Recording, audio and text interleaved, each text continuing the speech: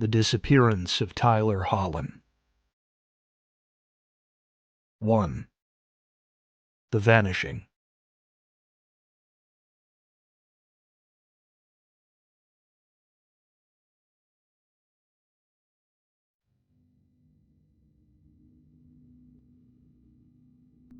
The small Lion Apparel plant atop the hill overlooking Beattyville is an old complex. The facility was built over 9 decades ago by a strange but wealthy local to the wider region, when the town, though small, was still a growing community.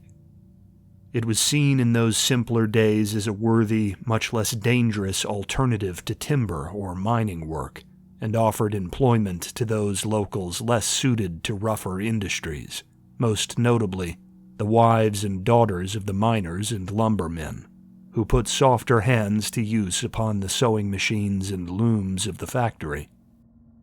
Their hours at their work tables produced protective equipment and uniforms for industry, and in the early days, some of these heavy garments ended up on the miners that delved for black gold in the hills which neighbored their own.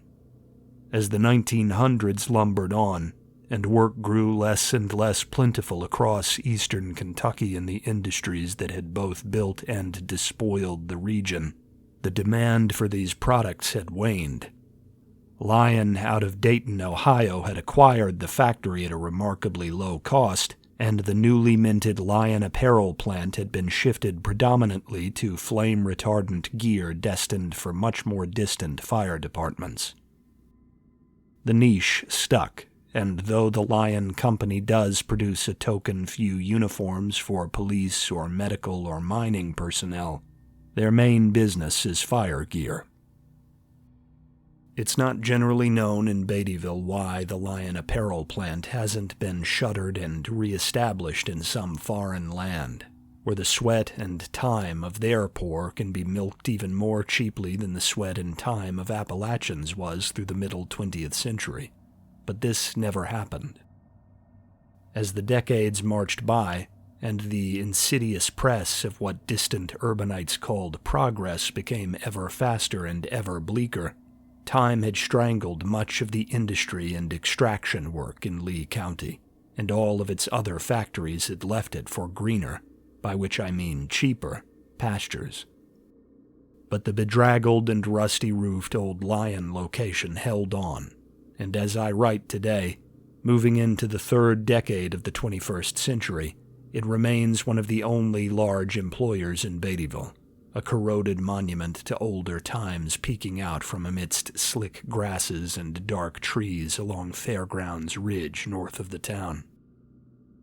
Low as the wages are, the cost of living is itself generally quite low in Appalachian Kentucky, and most of the residents belong to large clans with whom to share modest land and housing, or from whom to inherit it. As such, many around town leaned on Lion to get their daily bread, and lived relatively comfortably on the pay they earned there. Lee County has, as of writing, only just over 7,000 residents. Of the adults among them, over 100 work at Lion Apparel. Tyler Hollen was one of these 100 and more souls, and he was only part-time. He liked it that way. He'd known the floor manager since childhood, a close friend of his father's, and had held his position doing repair work on aging looms and patch jobs on the shoddy old gas and electric lines under the plant since the summer after he'd graduated high school. Back then, work had been busier, and Tyler would find himself driving up Fairgrounds Ridge to the factory almost every weekday. But years on, with older machines having been slowly phased out for newer models as time passed him by, Tyler was seldom in the plant for more than 15 or 20 hours a week. Given his bills up on the mountains east of town were low, his tastes were simple, and he grew or killed most of his own food, Tyler didn't need more than the scant hundreds a week he made at Lion to slide by. Even the alcohol that soothed his nights he could get cheap by brewing watermelon or blackberry or strawberry wines at home as the fruits came into season in his garden. All the better if, by year's end, he slid under the minimum line and was spared the obnoxious hassle of filing a tax return. Any unforeseen expenses or impulsive trips could be paid for by the spoils of fall ginseng hunts, which local dealers would happily buy piecemeal for cash off the record. But, much as he enjoyed his independence and loved a flexible schedule, all those old-time projects in pursuit of cheap and simple living were firmly planted upon that 15 to 20 hours a week at Lion. So, whenever Elmer Dane, the man who'd landed him the job and fought to keep him there for over a decade, called him in, Tyler was quick to answer. That day, the 16th of December, 2016, there seemed to be a problem with power to the far rear of the main building. The main building is a high-ceilinged barn of a room filled with whirring machinery, but some of the sewing stations had fallen quiet. There was a cutoff about 3/4 of the way down the big room where the hum and gleam of ceiling lights had gone silent and dark. There was no power in that section, and Dane knew this was almost certainly down to some malfunction in the crude and arcane old tangle of electric down in the utility tunnels beneath their feet. They had been laid to their work long ago, when regulations on the arrangement and quality of electric work had been far less uniform, and while the utility lines had done their job just fine for many years, they were beginning to show their age, and proved ornery to work with for people not used to ancient, haphazard wire work. While these lines had been tinkered with over the years, ripping them all out and starting from scratch with a newer and more intuitively organized system was too large a cost for Lion to incur, and so men like Dane and Tyler, who had little in the way of pre-modern electrician or utility experience, were pressed by necessity to become intimately familiar with the strange layout of the wiring that powered the plant. The morning's shift had just rolled in and discovered the problem. It was not the first time such a thing had happened, and in the years to come, Dane would tell any who would listen that he'd believed the fix would be a simple one, as it had always been. And so he'd saved himself the trouble of going down into the tunnels, whose cramped spaces and low stretches of crawling roof made his aging knees and back ache, deciding to utilize his much younger and leaner handyman employee for the tight squeeze. Dane called Tyler Hollen, and, as ever, Tyler was fast on his way. He seemed, by all accounts, to have been in good spirits despite the early call. He'd slept early the night before, more due to overindulgence in alcohol than any aim to be ready for work, and, though a bit groggy with the aftermath of drunkenness, he felt as well rested as was possible for him during a pre-dawn drive across to the factory. The fog hung thick that morning down in town, as it so often does in the moist months of winter, and the warmth of the coming sun threw steam off the Kentucky River to wreathe the Bowling Memorial Bridge. Dane, along with Hollen's family and friends, would recall that Tyler had always been fond of such mornings, and that he would often talk about how picturesque Beattyville looked from above in its valley, eaten up by mist from the river, its lights and the stray beams of a few early morning cars glimmering up from the haze like flashes on a murky lake bottom. Tyler would have had a fine view of just such a morning as his truck climbed Fairgrounds Ridge and crested the hills overlooking town. But he did not allow himself to linger long, and before 7, he'd parked up in the lot of Lion Apparel and had pushed in through its doors for the last time. Dane shared a brief, joking conversation with Tyler about the preceding evening's drinking as the handyman rounded up his tools and made sure his headlight was in working order. They can be seen on CCTV footage from the day walking out into the main room to inspect the area causing trouble, with a handful of the employees already at their stations greeting Tyler as he passes. The two of them wound to the access stairway tucked at the corner of the complex's small loading dock, not far from the road. There is a final conversation, this time about possible causes of the partial outage, a final checking of the headlight, and then a final descent into the dark, out of sight of the facility's cameras. Dane props the door to the stairway against the wall and leaves the dock door open, ensuring daylight spills down into the dark to help Tyler keep his bearings in the tunnels.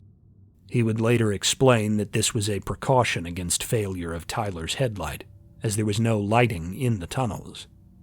Dane then returned to his office near the main entrance of the facility, expecting Tyler to be back upstairs with good news within the hour. But Tyler Hollen never climbed back up those stairs.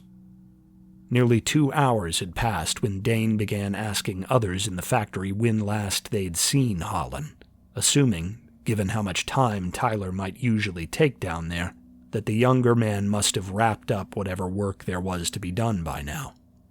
It was during Dane's walk across the building to the tunnel entrance to check on Hollen and ask what help he might be to him that the power suddenly kicked back on at the rear of the factory. Dane would later say this convinced him they'd all see Tyler soon enough, that surely he'd emerge and be on his way before long.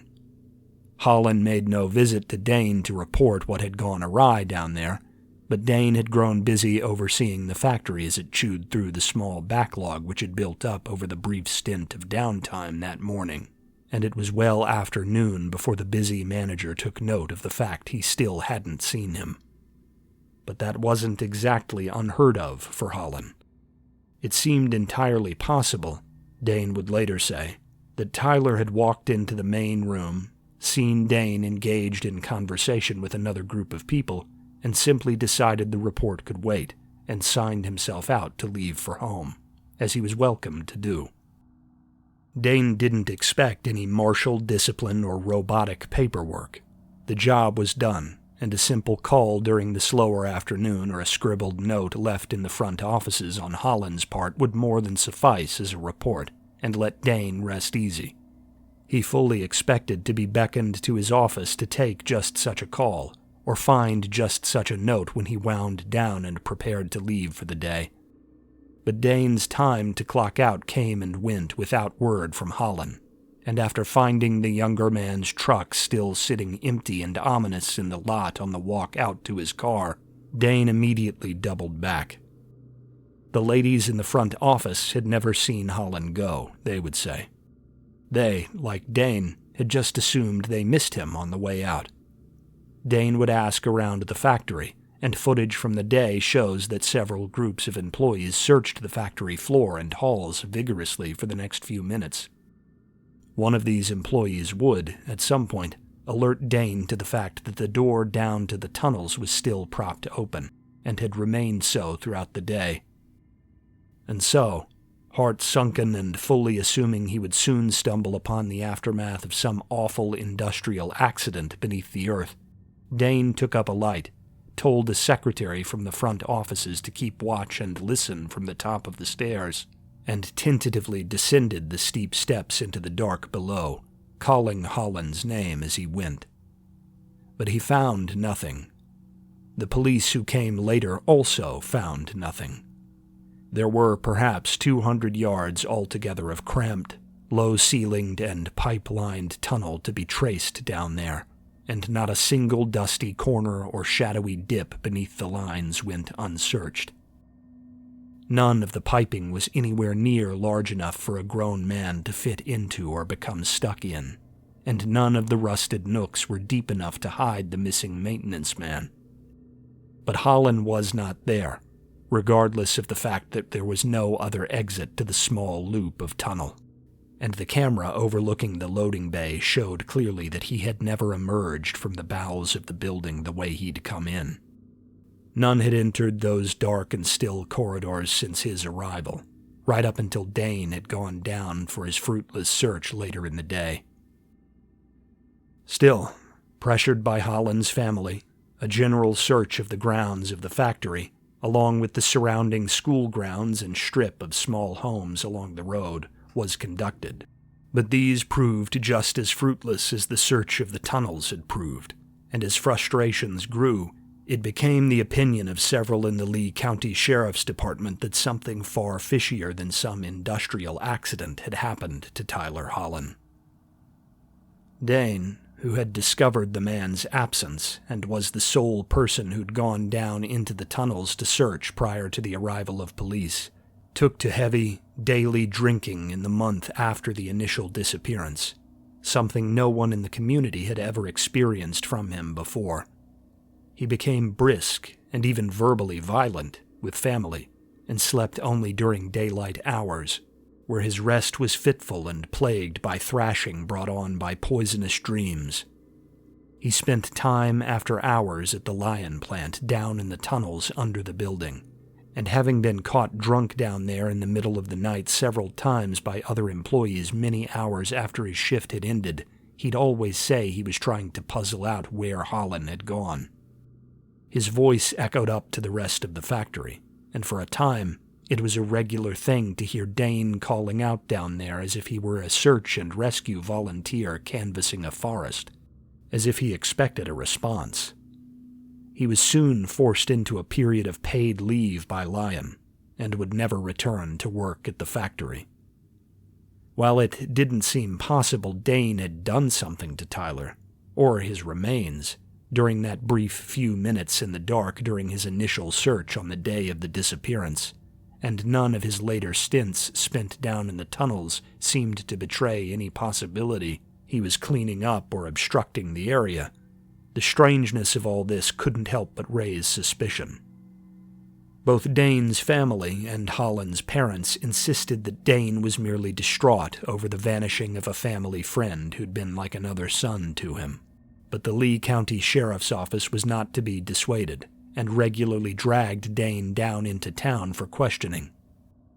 None of them could necessarily say they thought he'd killed Hollen, but most of the officers, even those who'd known both men, and ascribed Dane the very best character, believed he knew more than he was letting on about where Hollen had ended up. But talks with Dane turned up no leads, and he never broke down under questioning. The tough codger had little patience for authority, and spite more than cunning carried him well through more than a few long afternoons under questioning.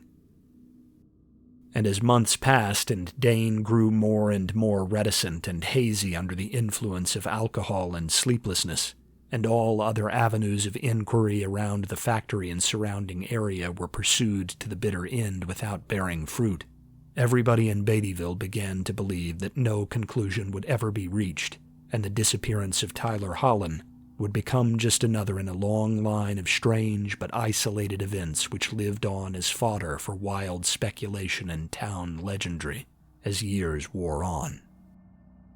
Indeed, they were right, but not all was yet laid out for the myth-makers and front-porch storytellers to run away with. There was still one remarkably strange development to be had in the case, for in the December of 2020, some 4 years after Hollen's initial disappearance, Dane himself would go missing, and has yet to be found. This disappearance was just as strange as the first. Dane left no note and fled his house in silence on foot. He had been living alone for some time after his divorce in the wake of his decline, and no one saw him leave. An early snow had fallen in the evening, and the prints in the powder discovered next morning seemed to suggest he'd begun to walk about the time the snow had finished falling, just after midnight. He had failed to answer a call from one of his daughters, and by noon the town was looking for him, just as it had once looked for Hollen. But Elmer Dane's snowy tracks made narrowing down his destination simple. Dane had headed straight for his former workplace, nearly 2 miles through the snow, and had entered noiselessly with a code for the loading dock doors, which had apparently remained unchanged in all the years since his leaving employment with the factory. From there, The very same camera which had once recorded Hollen's final descent recorded Dane's. He approached the door down into the utility tunnels, threw it wide, lingered for a long span of minutes on the precipice staring down into the dark, and had then gone down out of sight, allowing the door to swing shut behind him. And much like Hollen, he left not a single tangible trace of himself behind down there. The search for Elmer Dane was just as exhaustive as the search for Tyler Hollen had been. But, just as before, no solid leads or theories as to what had occurred were offered up, and frankly, most of the county was willing to believe Dane's later vanishing was solely due to his own distress and perhaps guilt over the first, rather than due to any mishap or tragedy. And so months brought normalcy back to Beattyville, and the world churned on just as it had before, again enriched with a little strange gossip to grease the grating cogs of boredom. But Elmer Dane's eldest daughter, the very same who discovered his absence the morning after his own disappearance, will tell any who she trusts not to mock her claim that there is more to the story than the simpler theories of murder or tragic accident followed by haunted suicide, which circulate in town. She had never believed her father's descent into alcoholic distraction was entirely predicated on some vague notion of guilt, and, to those closest to her, Dane's daughter would, now and then, produce a sort of manuscript of her missing father's as proof. A hectic, stapled-together ream of papers which authorities had glanced at and fast discarded as fanciful waffling by a man whose mind had grown as pickled as his liver under the constant flow of liquor. She had known her father better than they, perhaps better even than her mother or siblings had, and she insisted that her father, for all his good features, had never been an imaginative or inventive man. To believe that he had embarked as an amateur creative writer after the disappearance of Tyler Hollen years before was fanciful to her, pure impossibility. Elmer Dane had had a sharp mind prior to his years spent deep in drink, but it was one of practical, sturdy iron, rather than malleable and glittering silver. Moreover, the framing of this strange manuscript gave many who read it pause. Dane had kept a ham radio set up in the attic of the small family home, a hobby which he'd used to swap stories or news with other hobbyists across a broad swath of the continent, and scribblings on the margins of this slipshod manuscript indicated it was not some original composition, but rather detailed notes of things Dane had heard over the radio in the dead of night during the winter of 2016 to 17, beginning, as it happened, just days after the disappearance of Tyler Hollen. And these midnight dispatches, so Dane had claimed in writing, were in the voice of Tyler Hollen himself. Dane's daughter remembered that period of her family's life well, as everybody in the community traced it as being the turning point at which Elmer Dane's life had slid off the rails. She recalled that Dane had always liked to sit up in the attic when he was bothered by something, to seek solitude in the quiet up there, where he could mull over the issues of the day, or else distract himself from them in conversation with genial strangers from far away. And so, his daughter said Dane had spent many long evenings up there in the wake of the Hollen incident, and no one in the family home had thought anything of the long absences or sometimes loud talk which rang down the stairs now and then.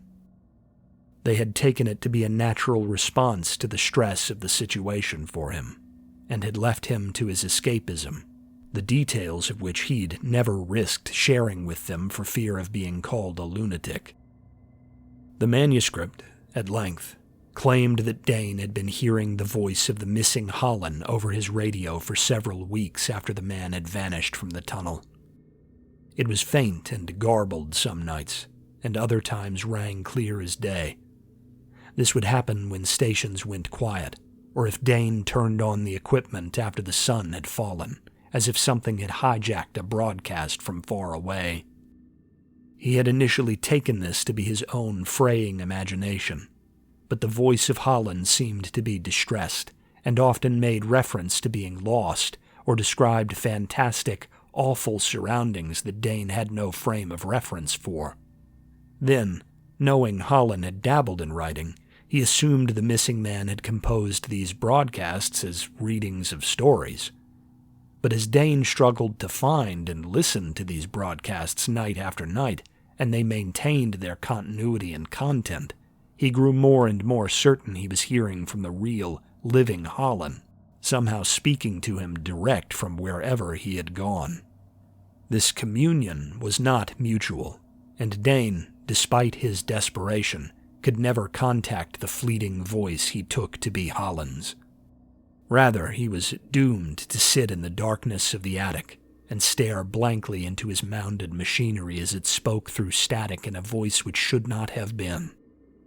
And so, without recourse and unable to tell his family or friends for fear of being shipped off as a nut job, Dane made meticulous records of what he heard and when he heard it.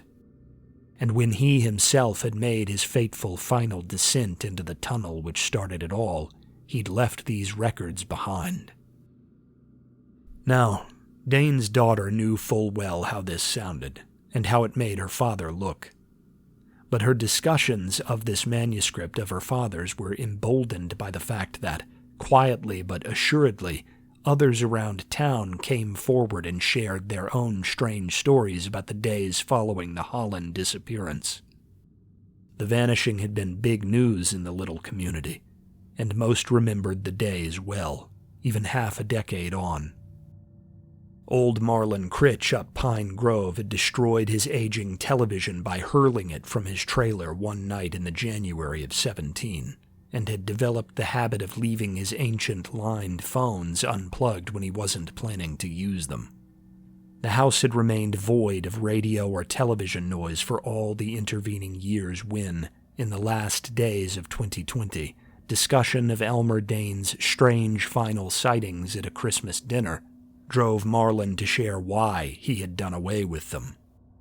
He said that, several times that winter of 2016 to 17, he had heard someone calling for help through the speakers of his aging television, but the device had been off each of the 3 times he'd heard it.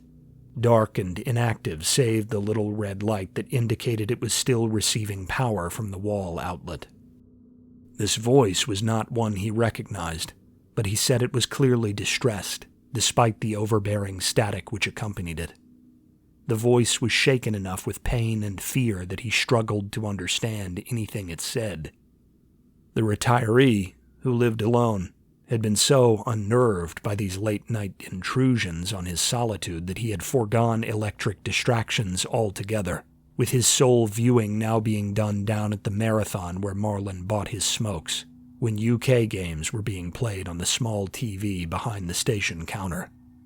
He had stayed quiet for fear the event had been some sort of dementia or mental decline, but no subsequent hallucinations or confusion followed, and upon hearing his family talk of Dane's daughter and the story of the manuscript he'd left behind, Marlon felt obliged to tell his own story.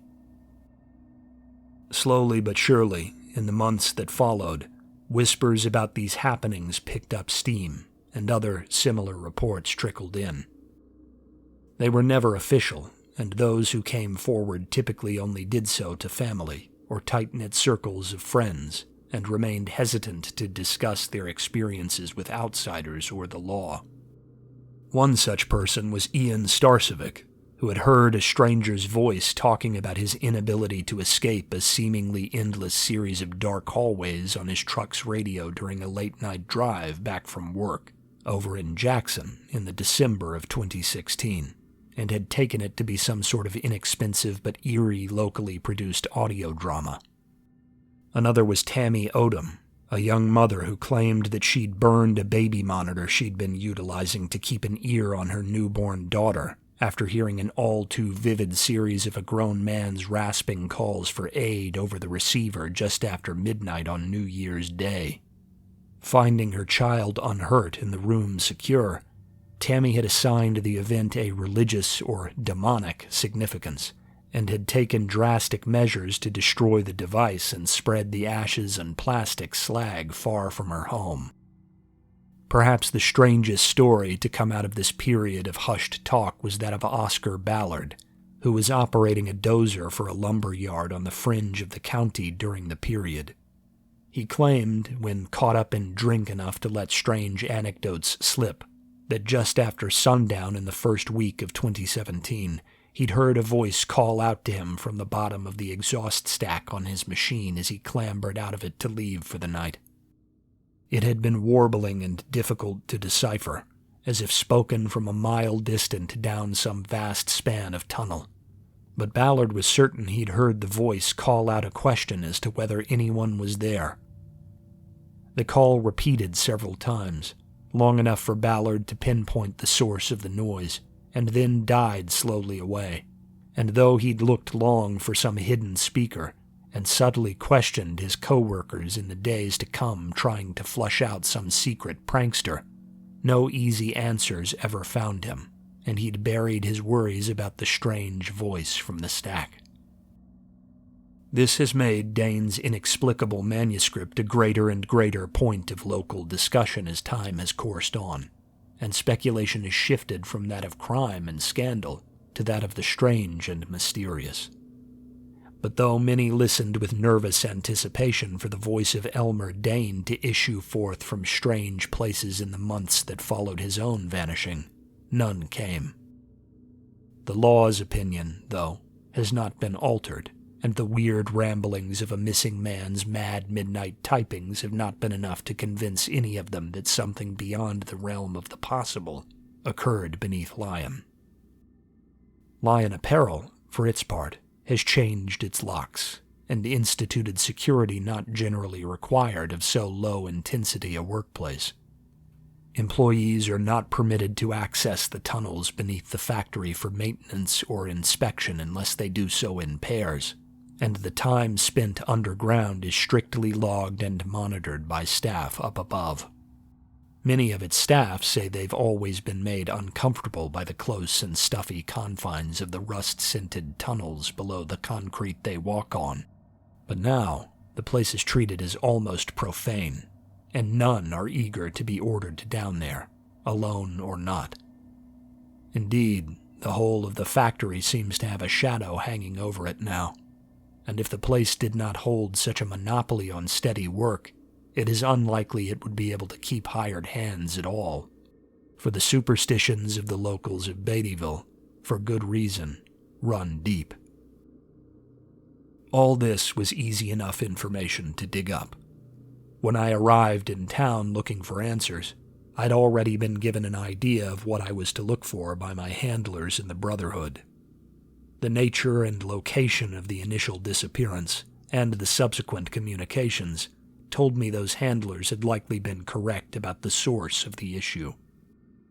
What remained was to discern how this issue had come about, and eventually concoct a plan to curtail it. For, though the town of Beattyville seemed to have forgotten most of the strangeness around that factory, these two men were not the first to vanish there, and if this is not put to a decisive end, they will not be the last. 2. The Creation.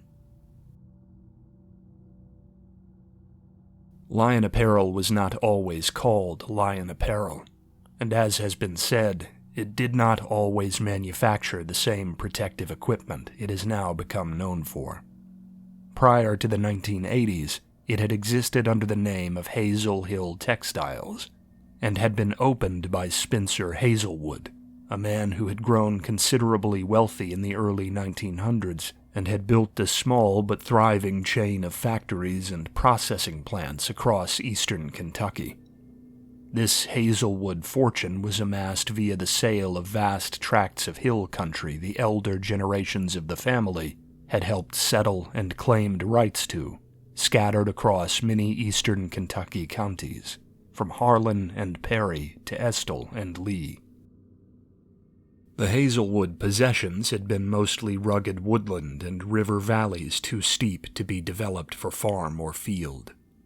The Hazelwoods were known as pugnacious trappers, small-scale swineherds, and occasional criminals, some of them having been arrested as highwaymen as far back as the 1790s, and many of their number having taken up fairly indiscriminate bushwhacking during the war between the states. Their targets seemed to matter little. They would burgle a Unionist family as readily as a Separatist family so long as the profit was good or the taking was easy. What mattered to them was the thrill of the act and the hunt which followed, for the Hazelwoods knew the region as intimately as any native tribesman or eastern long hunter, and had ever enjoyed putting that knowledge to use.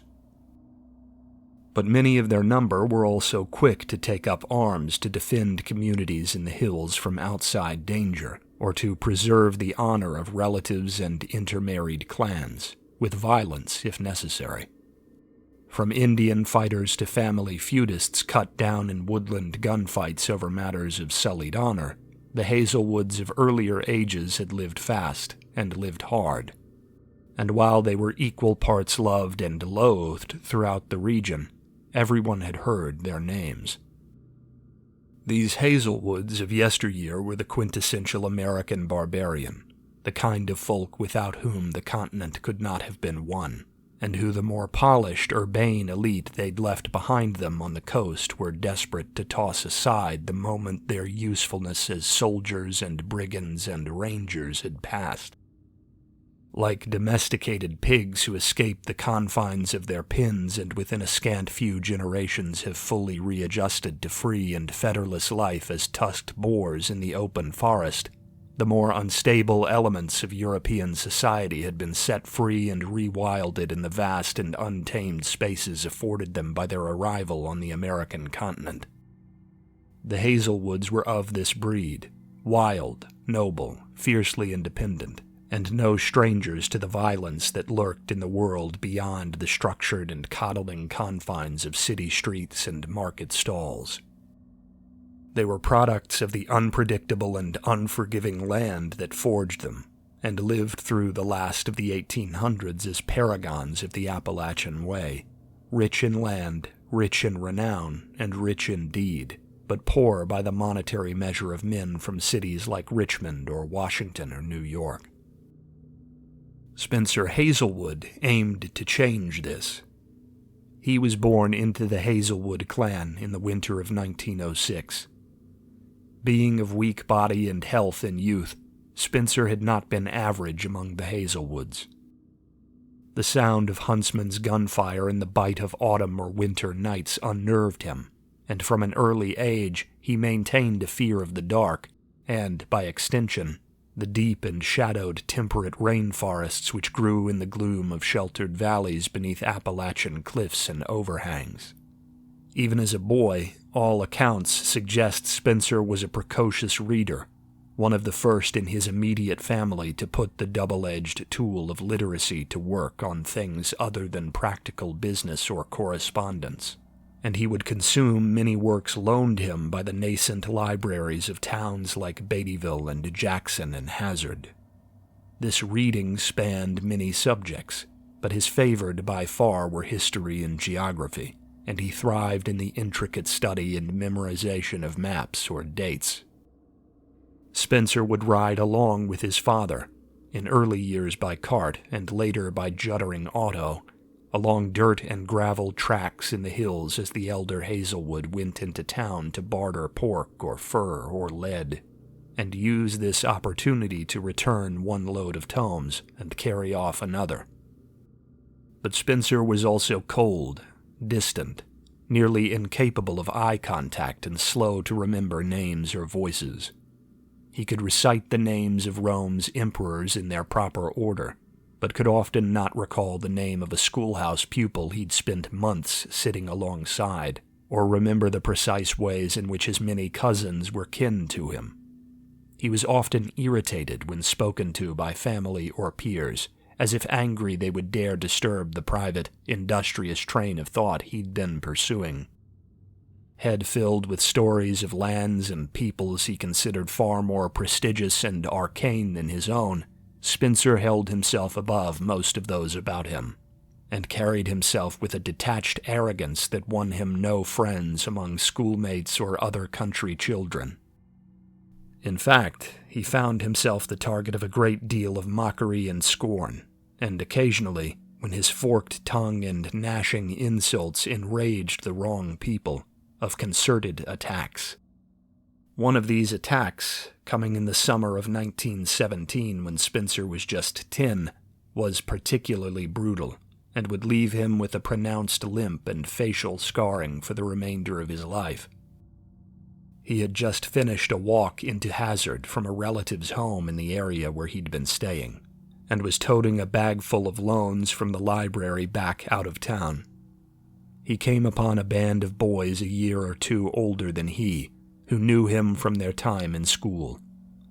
They were discussing the war in Europe, and arguing over whether they were old enough to lie their way into the conflict by overstating their ages. It isn't known what exactly was said, but one of the older boys roped the passing Spencer into the conversation. Spencer seems to have been excited to for once talk about places and countries and events of relevance to him, and in a rare show of sociability, conversed excitedly with them. But at length a joke was made at Spencer's expense, implying the younger boy was too weak or feeble to ever survive as a soldier. Spencer's retort, whatever it was, must have been even more cutting, to inspire the attack it did. Years later, one of the older boys would recall it had been a remark about one of their disabled sisters being a gormless vegetable. Another pair would claim Spencer had said they'd never make the cut themselves, as the army didn't abide queers. Whatever combination of these things the Hazelwood boy had said, the group soon fell upon him, and beat him so badly into the mud of Hazard's main street that the skin of his forehead was split wide along the ridge of his eyebrows, his shattered nose was left permanently lopsided, and his maimed right leg was entirely broken just south of the knee, leaving the femur to jut cruelly out through his ragged trousers and ruptured flesh into the dull light of the cloudy day. Spencer Hazelwood was so still and filthy with mud and horse dung and blood when passers-by peeled him from the road that the boy was thought dead. But, perhaps unfortunately for the region about him, Hazelwood still clung to life, and over the coming months would recover in the care of his family, though his face and limping gait would carry on the marks of the assault through the remainder of his life. This was the last year of his youth that Spencer would spend in Kentucky. Much as he frustrated and vexed his family, the Hazelwoods did care for their boy, and would pool money from the many scattered branches of the family to ship Spencer to Richmond, Virginia. There, in the lowlands, surrounded by the manners and finery of the Old South's crown jewel, Hazelwood would attend a boarding school much more in line with his capabilities. It was here he would forge much of the worldview and philosophy that would govern the rest of his life, and carve out any trace of that old Hazelwood wildness which still existed within him. He whiled away his teenage years there, and, surrounded by a mass of attendees from across the urban eastern seaboard and a scattering of imports from poised and practiced Europe, Spencer Hazelwood's resent for his people, and, as he saw it, the backwards insignificance of his homeland, festered and grew within him. It was here, surrounded by wealthier children, that Spencer learned to lie to obscure his background, and wove stories about his landowning family back west in the hills. He trained himself to speak in a much more subdued and, to his mind, refined accent, one which would not so readily out him as a son of Appalachia. Most vital to the strange atmosphere which would haunt his plant overlooking Beattyville in later days, he formed perhaps his first real social bond with one Liam Scudder, whose family were minor developers and industrialists in New York, which to Spencer must have seemed almost as distant and glamorous as storied old Florence or booming London. While it may be generous to call this a friendship, as the relationship between the two was highly hierarchical, Spencer Hazelwood worshipped the ground that the upper-crust Scudder walked on, and would readily drink up the ideological and philosophical musings the slightly older New York teenager espoused. Now, the beliefs and strange life of Liam Scudder, and the futurist occult organization to which he belonged, are too complex to be plumbed in their entirety here, in a report about Beattyville and what is today the Lion Apparel plant. But it is necessary to summarize, and it's an accurate enough summary to say that Scudder, and those thinkers with which his family were in agreement, were akin to what today would be called transhumanists and aspiring technocrats. This group, which our Brotherhood informs me remains extant, and perhaps even thrives today, is known among its membership as the March. Scudder, and those like him, believed mankind was on a sort of divine mission, that it had been breathed into existence for a purpose. They believed that the correct human experience was one of ineffable and undeniable material progress, of increasing wealth, comfort, and plenty. But they also held that mankind's own chaotic animal nature would, if left unguided by a managerial elite, eventually erase its progress as more primal urges and freedoms expressed themselves. As such, a core component of the March's ideology was a biting pessimism about the common folk of any society, who did not operate in full view of the big picture as they did. These folk, the March contended, did not know what was best for man, and, if necessary, must be dragged kicking and screaming into the age of industry for their own good. But belief in the innate good of boundless material progress for the sake of progress is common enough. The world is rife with people who see the pursuit of comfort and plenty as the noblest of life's purposes. What sets the March apart from social clubs and philosophical movements of that sort, both then and now, is the existence of a transcendent, truly religious element to the group's ideology. Sure, one can look at transhumanists today as an example and see traces of religious thinking when they discuss the notion of attaining immortality through the transference of consciousness to machines, or the radical progression of medical science. But they seldom literally believe these goals to be religious in nature.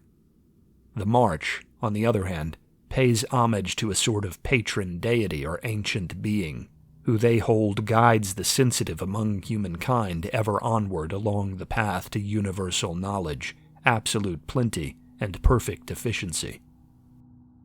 Though they claim this entity has been called by many names throughout history, from the Greek Hephaestus to the Mayan Itzamna, the March calls this divine force, this object of their devotions, the sound of progress.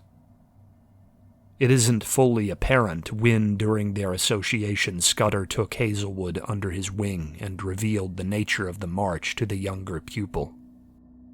Even today, we have many questions about the organization's circles of initiation, and the methodology of being inducted into the March is obscure to us. Our own order has on multiple occasions attempted infiltration of it, and all have thus far met with failure beyond the lowest levels of association. But regardless of how this induction was performed, or how long it took, it is clear that by the end of his years in Richmond studying at the feet of Scudder, Spencer Hazelwood was a vested member of the March, and an avid mouthpiece for its ideology. During the years following his education, Spencer would travel the coast with Scudder and several other acolytes of the March, their purpose unclear. Then, in late 1926, at the age of 20, he would depart for a visit to Europe with this same clique. It is thought that this trip was aimed at visiting locations important to his new cultic order, and to networking with members abroad. But beyond a vague itinerary that places Spencer Hazelwood in interwar Britain and France at this time, nothing is concrete.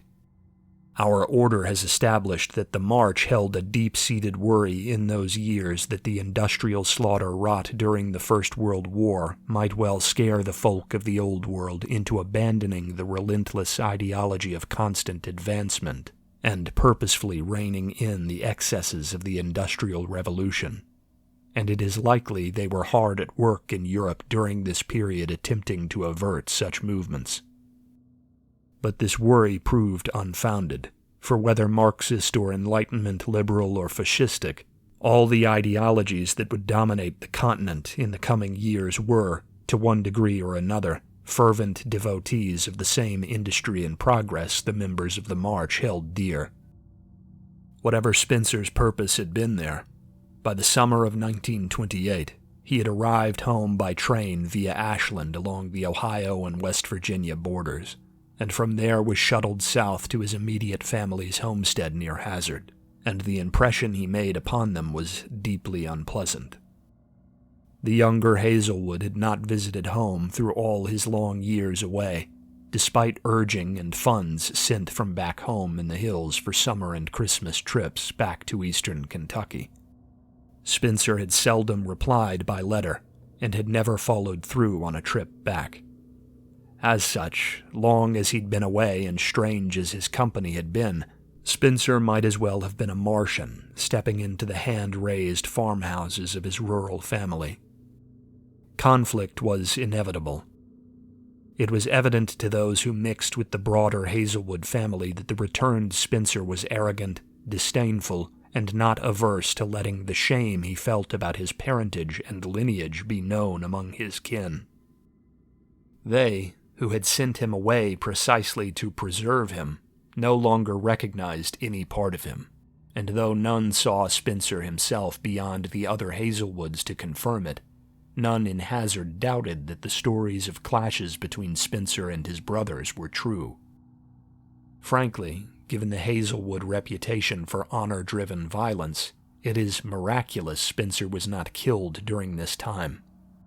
But the Hazelwood devotion to blood apparently meant the sibling-turned-stranger was spared the worst of their fury, and lived to see 1929 come and go, fraught with frustration over his family and the region he was, so far as he saw, cursed to belong to.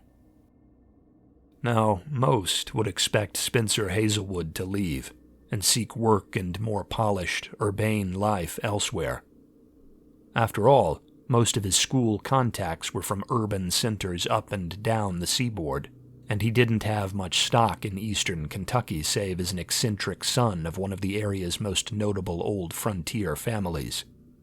But the tenets of the March, in which time would prove he was a devout believer, seemed to urge a different path. He corresponded heavily with Scudder and others of the cult during this time, took no work, and brooded alone in a small cabin he'd been built behind the house in which he'd been born. Every few months, 2 or 3 strangers might come up the path to the Hazelwood home, exchange cold, minimal pleasantries with the rest of the family, and then visit Spencer in his barren cabin for a few hours before departing, sometimes late into the night. Spencer would tell his kin that these were school friends, and perhaps they were, but the distance involved in making such a trip, coupled with the short time the strangers would spend on the Hazelwood homestead, made this a difficult thing to believe. It is possible these were other, local representatives of the March, but no letters or documentation survive to prove this. It is uncertain, even today, what the intricacies of the faith are within this group. Our own brotherhood has attempted infiltration many times with little success, but what we do know is that the March urges each of its members to speed the shaping and harnessing of the environment about them to the service of material progress, to develop what the cult sees as undeveloped lands. It is theorized that this is predicated on the belief that, once enmeshed in a highly industrialized, secure, impersonal system, the masses which the March holds in disdain can be more easily herded towards the organization's goals. Whatever the reason, it is easy to see Spencer Hazelwood was not just impotently seething about his rural surroundings back in Kentucky, but rather plotting their eventual transformation. This period of isolation and plotting was followed by a spate of strange deaths and disappearances, all of which seem even more shadowy now, given the history which follows. Spencer's grandfather died in the summer of '29 along with Spencer's eldest brother, after sliding off the road down from the mountain home in a light rain. The brother had been driving, as Spencer's grandfather had always maintained a profound distrust of cars, and had only been roped into this automotive excursion because his health was failing, and visits to a doctor in town had become a common necessity. The relatively tame weather and condition of the road, along with the nerves of the elderly Hazelwood dictating a slow pace during these drives, made it difficult for many to believe the accident had been without external cause. Perhaps tampering with brakes or wheels had been done, it was said in town.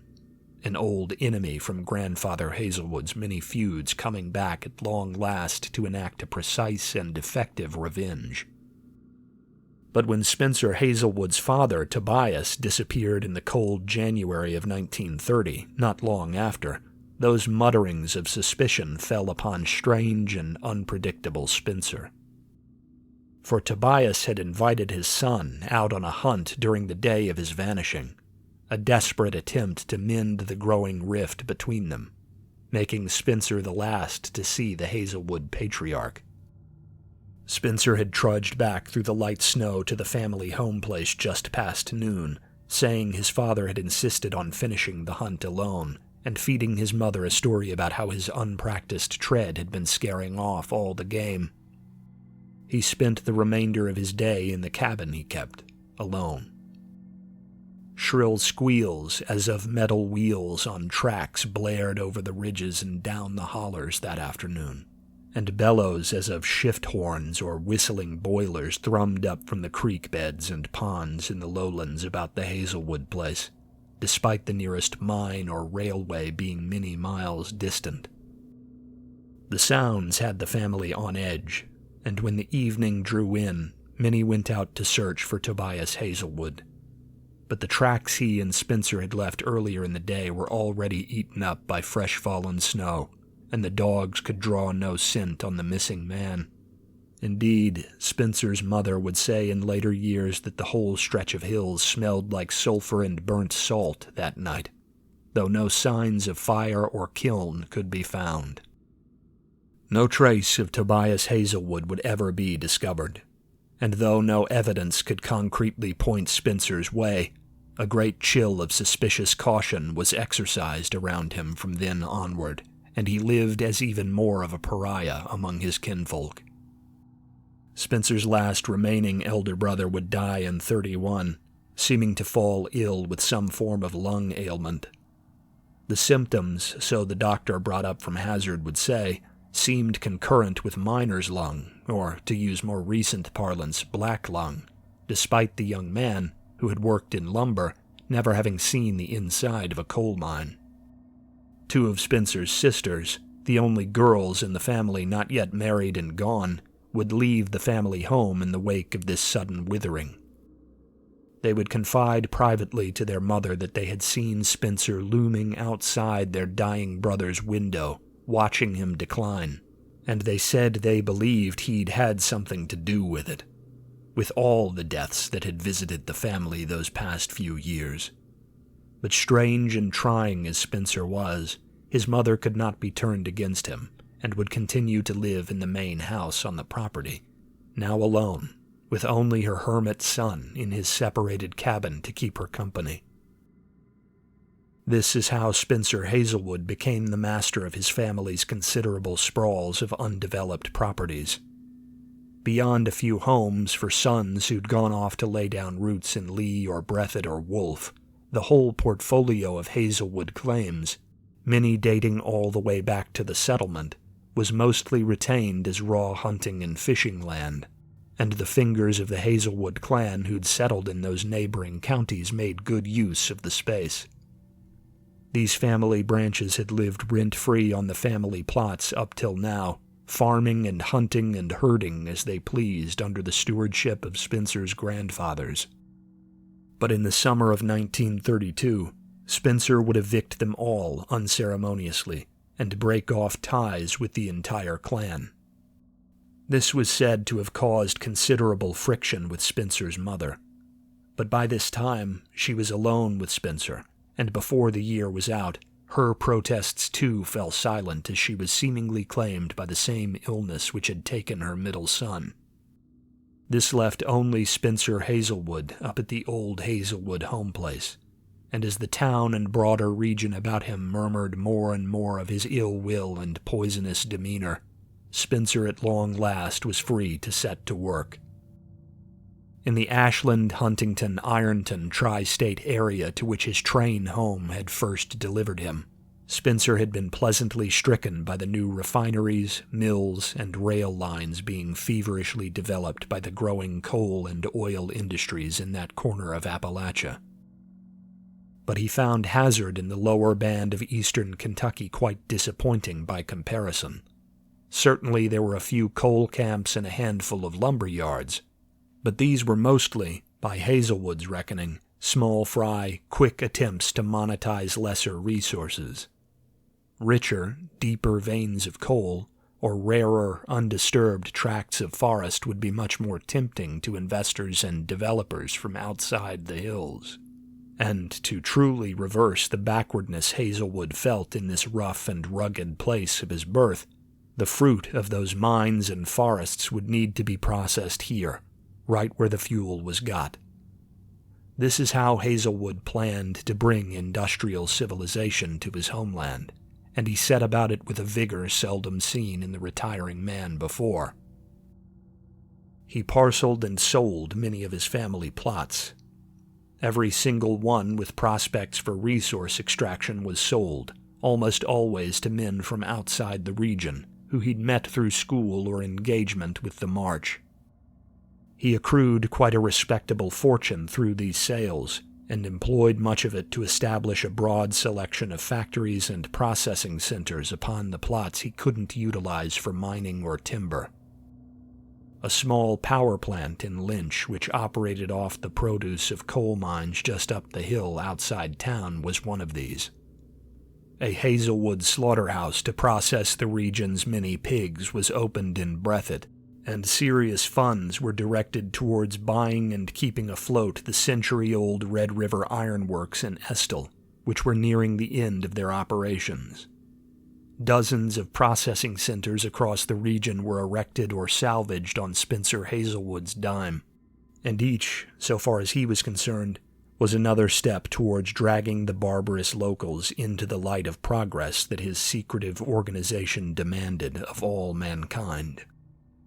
Now, the fact Hazelwood was creating work for rural Appalachia might well strike some as admirable, or even noble, in the climate of GDP obsession and bean counting in the merchant caste-governed world of modernity, where so much stock is given to the world of salesmen and entrepreneurs.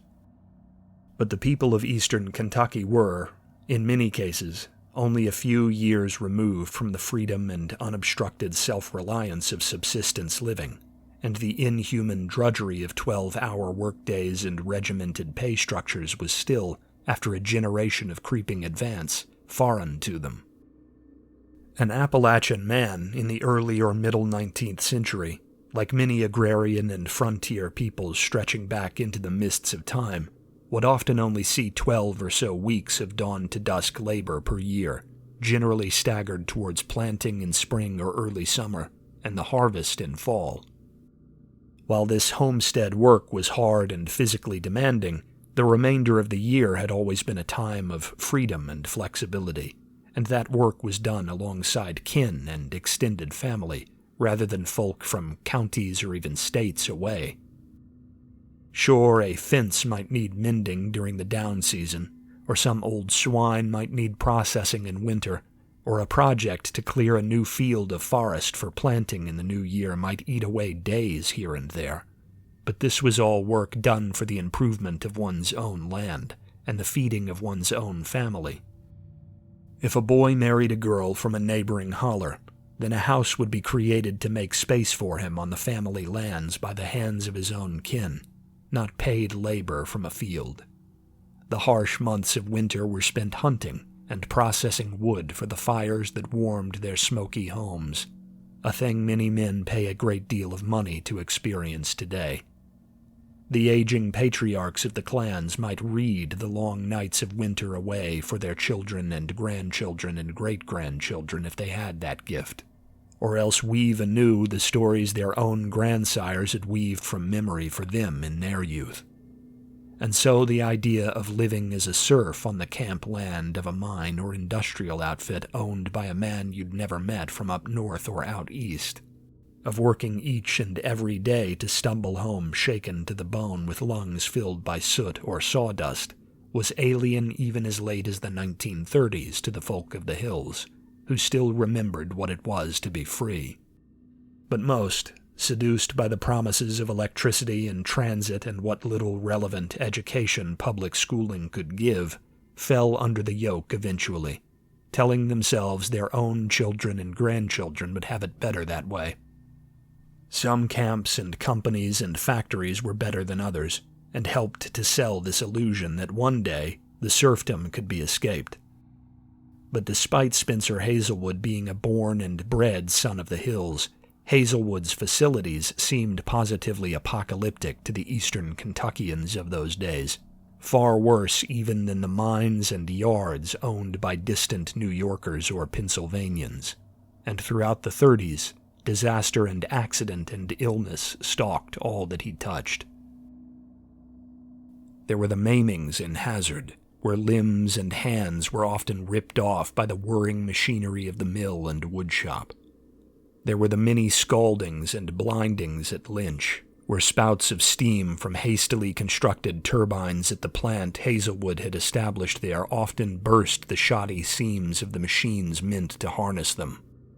Such events, and the callous lack of payout or support offered by Hazelwood and his management in response to them, earned the man a reviled reputation among his staff, who often held little recourse to shift employment if the dangers involved left them desperate for escape.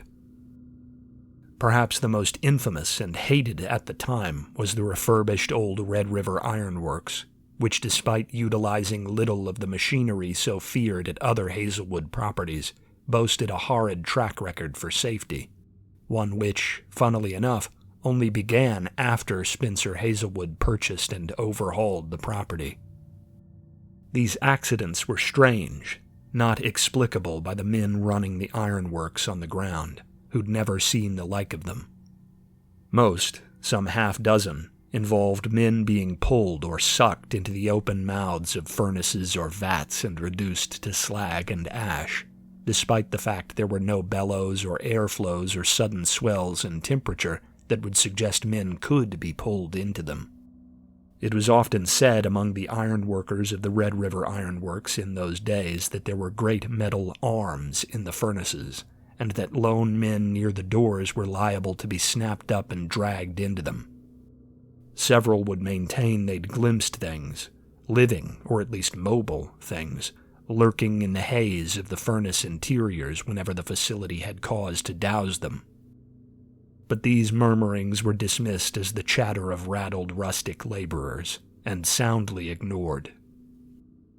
Beattyville, and the building that was to become the Lion Apparel factory, now come back into the tale, for Spencer Hazelwood built the original factory on that hill over the town, and sold off to the young city of Beattyville the neighboring plots that would one day house schools and homes. This plant was, in its youth, used to manufacture uniforms for Hazelwood's employees across eastern Kentucky. He had an obsession with order and signals of similarity, perhaps some outgrowth of the cultic ideology he subscribed to, and though it was not generally practiced to be strict about uniforms in those hills and in those times, Hazelwood made no exceptions, and whether a man worked in his slaughterhouse or his ironworks, they wore identical drab. All of this clothing flowed down from the hill over Beattyville, and near 100 men and women worked the looms and bobbin drivers on Hazelwood's behalf beneath the roof of the factory, which he named Hazel Hill Textiles. Now, this Beattyville factory had no great accidents. Perhaps fingers were run through with needles or ripped off by spinning wheels and spooled thread more frequently than would be generally expected, but none of the terrible deaths or cripplings that haunted other Hazelwood properties seemed to reign there. What was unique to this Beattyville factory was the disappearances that occurred there, not always among its staff, but mostly among the families who lived in its shadow. For many of the employees of the factory set up homes on Fairgrounds Ridge and the other little roads that webbed in the place, and once their families had moved in and the school had opened next door, there was much playing and recreation on the grassy slope between the Hazelwood facility and the schoolhouse. Picnicking, afternoon walks, the bustle of children on the playground that was built there. All of these came to be regular sights up on that hill, and by 1940, several dozen locals had vanished as if plucked from the grassy earth there. Betty Delaney was the first to go in 1937. This occurred just after the establishing of the nearby school, during a late walk home in winter. Betty's brothers had been let go at the regular time, with the rest of the students at the close of the day. But Betty had stayed back for several hours to help her teacher decorate for a Christmas presentation the children were putting on. The sun's early descent that time of year snuck up on them, but Betty's teacher figured she was more than safe to stroll home alone through the dusk, a judgment for which Betty's parents never blamed her. After all, the Delaney household was just 100 yards up the low-traffic road, across from the Hazel Hill Textiles building. It should have been a short jaunt across and down the grassy incline to the road and the waiting porch lights of the family home beyond. But after trotting out into the growing dark, Betty never reached that porch, and the searches which followed, of both the surrounding woodland and the small factory grounds, turned up no trace of her. Betty Delaney was never found. She was just 11 years old. The search for her was plagued by strange occurrences which read to me as very important, given what we in the Brotherhood know of Hazelwood and the March. The few documents in the Lee County archives pertaining to the search efforts organized by the Sheriff's Department make vague references to certain volunteer groups scouring the ridge the night of Betty's vanishing needing to be shuttled down into town and calmed down, though little indication is given as to what this means, or what upset the searchers in the first place. But staff at the library directed me to a diary from that time which is kept on the local history shelves, in which a young mother from another working family on the road who'd been involved in the search describes some of what happened that night. She says there were claps of strange hollow thunder in the clear winter sky, like sheets of metal, her husband would say, being bent or warped by big machines into shape. Great rumblings sounded in the earth now and then, as of great cogs or train wheels in motion. Something some likened to screams and others likened to the shrill whine of shift whistles bubbled up now and then out of the headwaters of chill mountain springs. Though the diarist herself did not see it firsthand, friends of hers swore they had witnessed a well-known sinkhole in the woods beyond the schoolhouse, fenced in by the staff earlier in the year to prevent wandering children falling in, burst open like a cracked fissure just after it was searched, and vomit forth hot steam and smoke into the night air, like the stack of some great furnace. This column of sulphurous, stinking smoke was accompanied by a shriek like that of a maimed fox, or perhaps a maimed child. But the fissure resealed itself, and when the ground there was dug up by fervent townspeople, no chute or chasm or inexplicable hot spring could be found. It was just dirt, and so far as anyone could tell, it had always been so. These strange happenings drew on through the night, only abating with the rising of the sun. And similar happenings, sometimes well documented and other times hardly hinted at by those charged with keeping records, would continue to haunt the Hazel Hill textile place. Sometimes these metallic noises and strange bursts of flame amidst silent trees would happen on quiet nights of little other import. Other times they would accompany further upheavals and disappearances. There seemed to be little rhyme or reason uniting those taken, and taken is precisely how it was seen by the people along Fairgrounds Ridge, for women and men went as frequently as did children. There was Ruth Shropshire, a newlywed who disappeared walking back from a visit to her parents' home down in the valley one warm spring evening in 1938. There was Tom Minter and his sister Claire, both of whose young children attended the nearby school, who vanished suddenly after stepping outside from a series of parent-teacher meetings late in 1938, leaving both of their spouses and the rest of the attendees and teachers flummoxed as to what could have taken them so swiftly. More and more vanished, 8 more over the following 2 years, each drumming up more anxiety and distress in the county. But among them, it was Wayne Montree, a single man in his 30s who worked as a janitor in the Hazel Hill plant, who was subject to the final, and most dramatic, disappearance. He was carrying trash out through the loading bay, the same one through which the maintenance tunnel is accessed, on the night of February 2nd, 1940. This was a regular routine for him, as he would nightly clear the waste between shifts as 6 approached and the evening drew on. Wayne was smoking after finishing up, pacing the concrete before the open bay door. 2 boys, rushing home as a chill light rain set in, were passing at a jog along the roadside and saw him as they went. He waved when they waved, another regular occurrence, but what happened after was anything but regular. A scream, agonized, jarring, frightening, startled the children. This scream, almost inhuman in its pain and terror, would draw several fathers and mothers out onto the porches of their surrounding homes. But none were quick enough to see what the passing boys saw. They turned and would later describe to deputies who would scour the factory grounds in vain what they'd seen. It was, they said, a metal snake that did it, or something like a snake. But it had no head, only a sort of stinger or spine that glinted with the yellow glare of the street and lot lights, and scraped like a shovel along asphalt as it slid. It was huge, large enough to pierce Wayne Montree through the middle like a giant insect on a specimen pin, and hoist him aloft to kick and flail and cry out. It lurched back into the dark of the loading dock, they said, and the bay door rolled loudly shut as it went, like a mouth tightly sealed after the winning of its meal. Traces of blood, faint but definite, were found outside the loading door and on the concrete foundation of the bay within.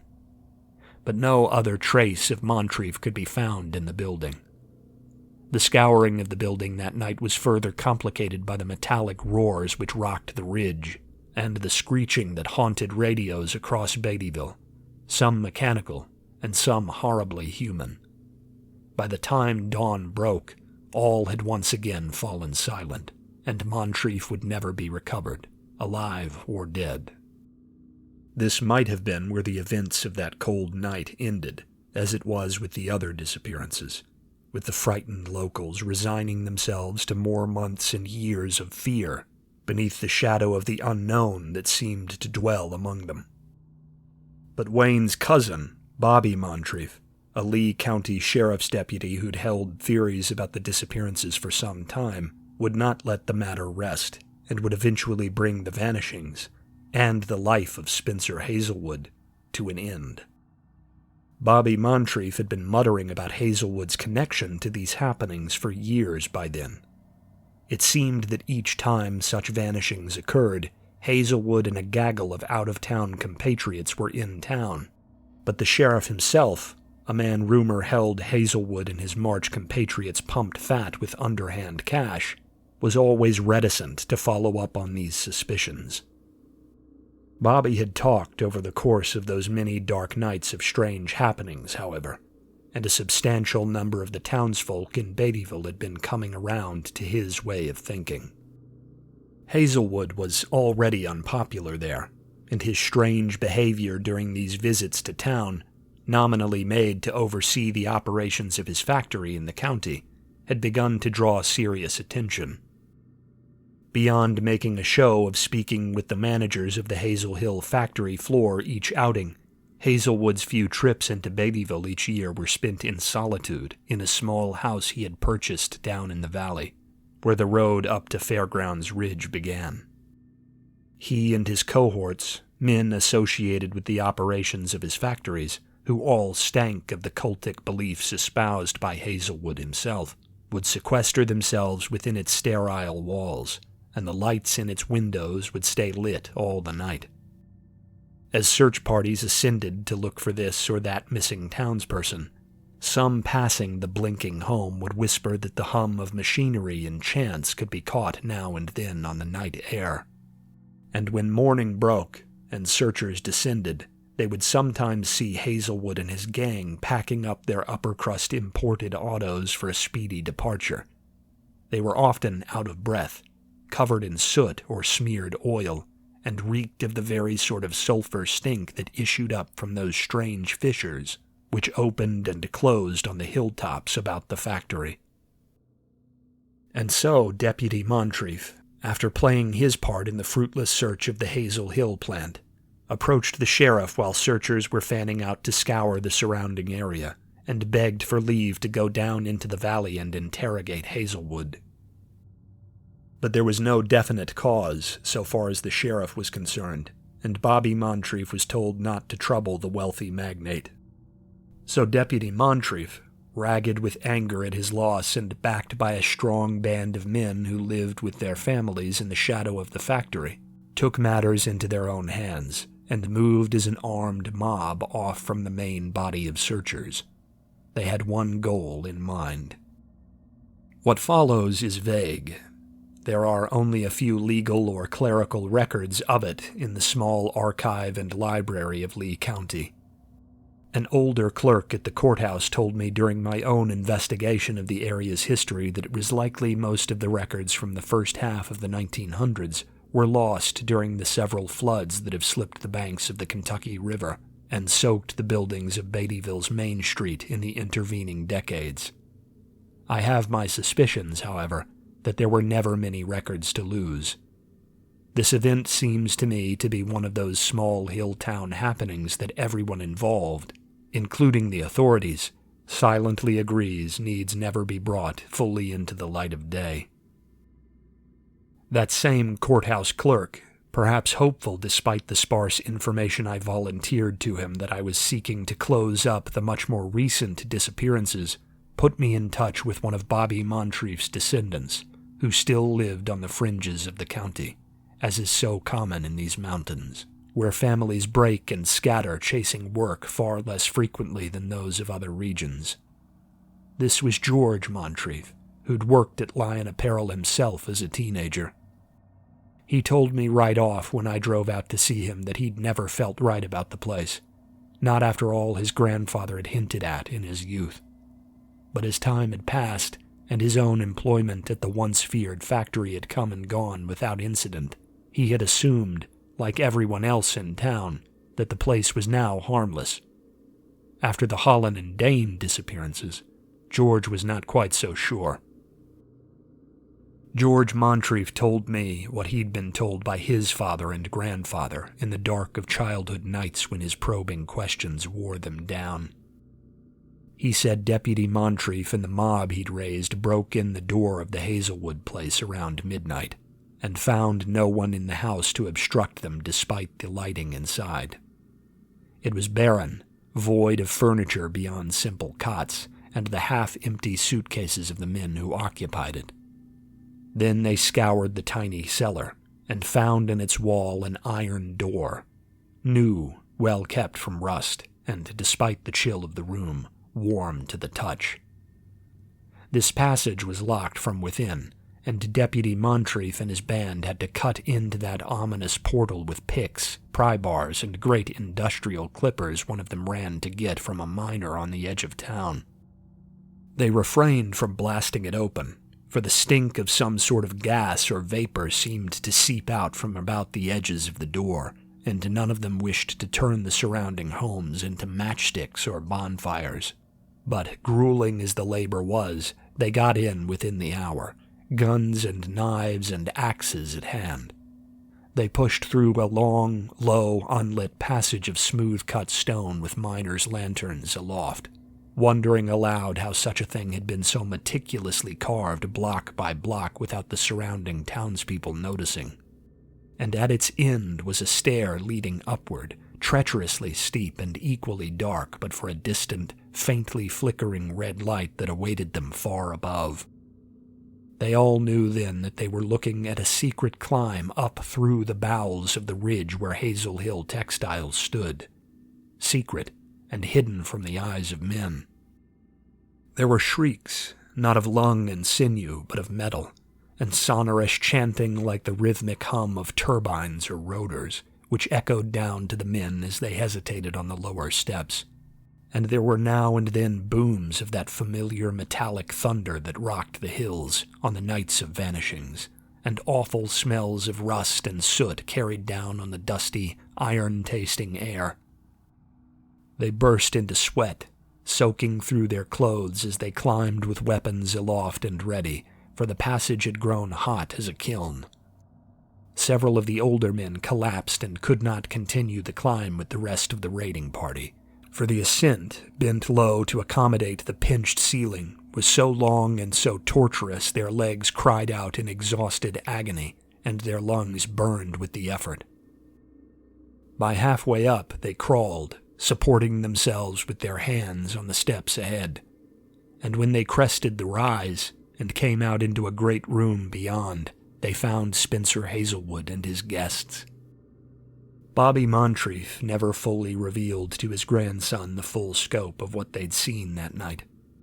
It was evident in the scant trembles in his voice and the distant look in his cloudy eyes that the old man had been shaken to his core by whatever they saw in the hill that night, and time had not dulled his disgust or fear.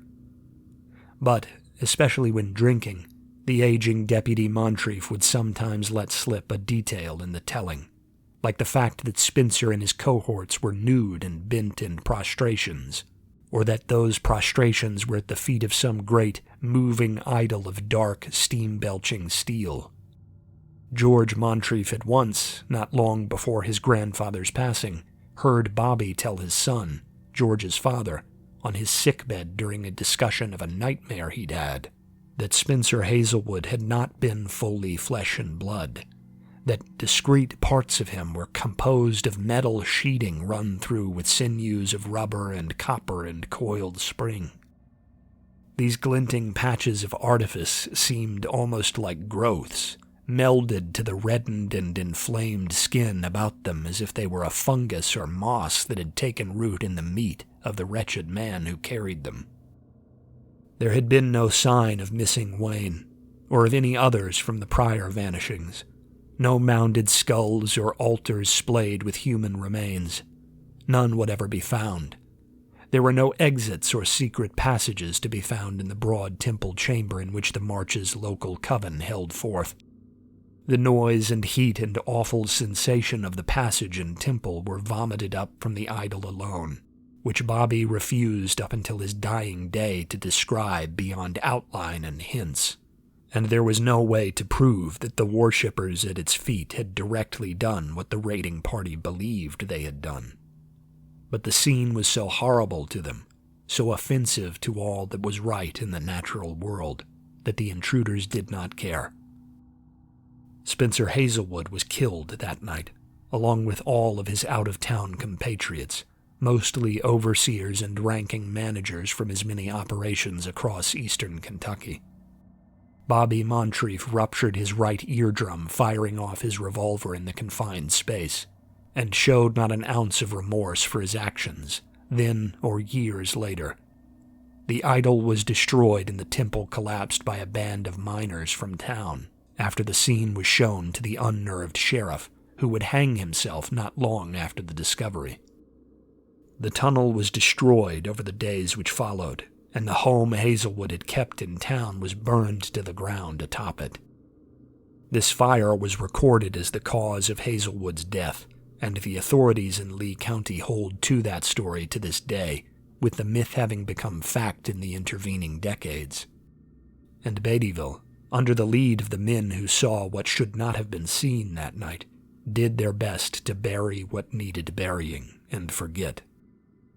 The factory and all of Hazelwood's holdings kept their names for the most part. The man had been childless, and so they passed to a friend who remained nameless to the locals who worked the plants and refineries. It is likely a safe assumption this friend was another member of the March, but the strangest happenings in towns like Beattyville ceased, and the ownership no longer visited. Bobby Montree spent years troubled by the fact there might be more places like that, scattered across Hazelwood's holdings, but none were ever discovered. Lion bought the Hazel Hill textile facility in the early 80s after years of decline, and after a brief period of refitting and refurbishing, it was reopened to produce the protective wear it still manufactures. In all those years, right up until the disappearance of Tyler Hollen, not one strange report or mysterious vanishing surfaced in Beattyville.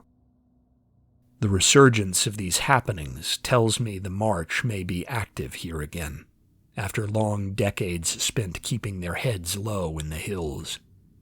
Or perhaps the well-meaning but crude methods of desecration practiced by Bobby Montree and his band of vigilantes did not properly close the avenues connecting our reality to the one ruled by the sound of progress, which the March reveres so fervently.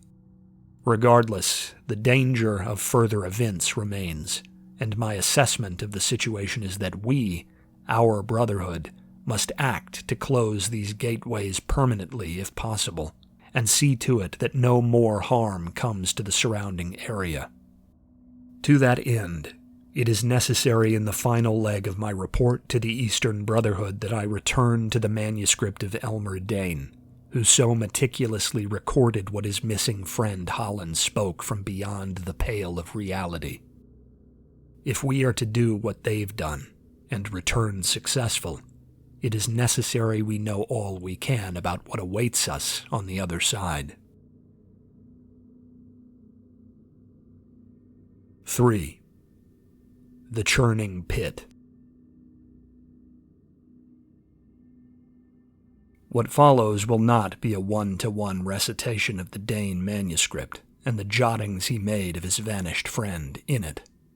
These are typically quite scattered and would make for disjointed reading, as Tyler Hollen, mostly speaking to clear his own mind as time drew on and he felt more alone, was unaware he had an audience, and did not necessarily speak clearly or with motive.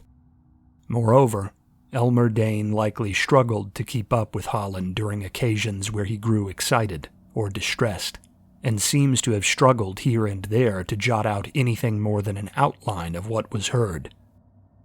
But I have obtained a copy of the manuscript from Dane's daughter, and have collated the information into an account which I feel is slightly more cogent than the raw document. If, in the course of retelling this story as I read it, I am writing with speculation rather than with detail pulled straight from the Dane manuscript and the notes its author made in the margins, I will indicate as such. Moreover, when mention is made of days as a measurement for the passage of time, it must be acknowledged Hollen, with no way to observe the passing of time, was hazy from the beginning with how much or how little time had actually been put behind him. Thus, most measurements of days are given from Dane's end, and speculation as to time from Hollen himself, if mentioned, is not to be taken as hard truth. The first of the entries in the manuscript was made on Christmas Eve, some 8 days after Hollen's disappearance, but it makes reference to Hollen's voice having issued from Dane's radio on earlier nights.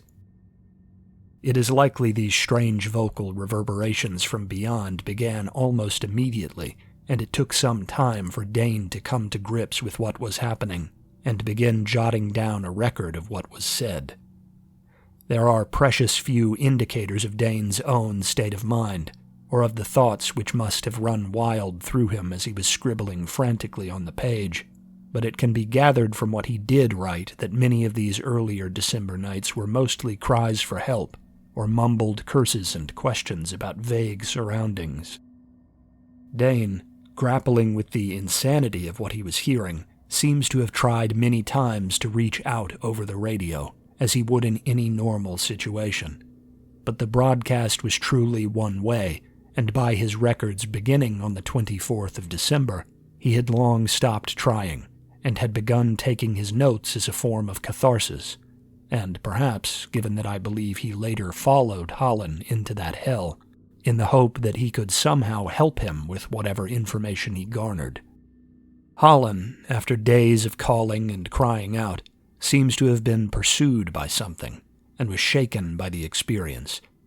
By Christmas Eve, he had ceased making loud and carrying noise, and began to speak silently, mostly to himself, ostensibly to calm his nerves or order his thoughts. This first entry is where Hollen describes the place he has stumbled into for the first time. The closest thing he could liken the world about him to was a steel mill he had worked in for a time up in Ohio, tinged with faint traces of rust and coated in the dark soot stains of countless years in service. But this mill was so vast that there seemed to be no discernible end to its grounds, and those grounds followed no logic Hollen could discern. Some of the spaces through which he moved, like alleys between buildings or maintenance walks between humming machinery, were cramped and suffocating. Others, vast shop floors, storage silos, and great avenues traversed by conveyors or laced with rail lines, were like great darkened stadiums reaching upward out of sight.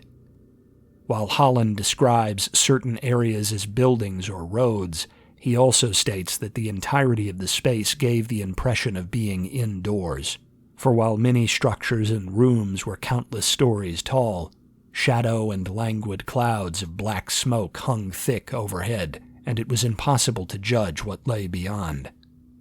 There was no day or night, and beyond Hollen's own sparingly used light, the realm was lit only by grimy electric bulbs which flickered in crude lampposts or Spartan fixtures in ceilings overhead, or else by fire and the glow of heat. Beyond, shadow ruled. There was no wind, and the hot air hung still and brutally dry, so thick with the dust of aging metal and industrial operations that Hollen felt it building up a film within his throat. The heat was fed by furnaces and great, hanging overhead processions of transfer crucibles heavy with tons of molten metal, like vast soup pots groaning under their own weight above.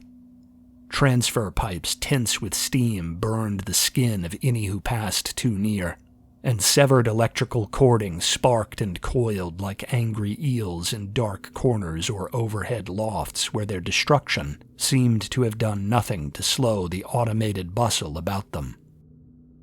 The floor itself was hot to the touch, and was made of everything from tile to concrete to raw gravel, but was often so caked in hot ember and drifts of rust flake, coal dust, or metal shavings that one had to dig to see it.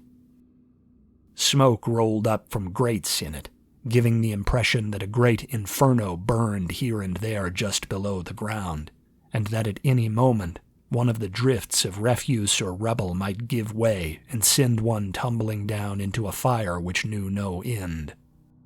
Chutes opened up like belching dragons' mouths underfoot, and snapped shut just as quickly. The noise was horrible, a chorus of aged metal squeaking and clattering as cogs turned and belts spun. Distant bellows whooshed as fires were stoked, and autonomous carts rattled as they rolled past on tracks laden with scrap or slag. Pistons hissed and unseen metal squealed and snapped under the weight of industrial presses.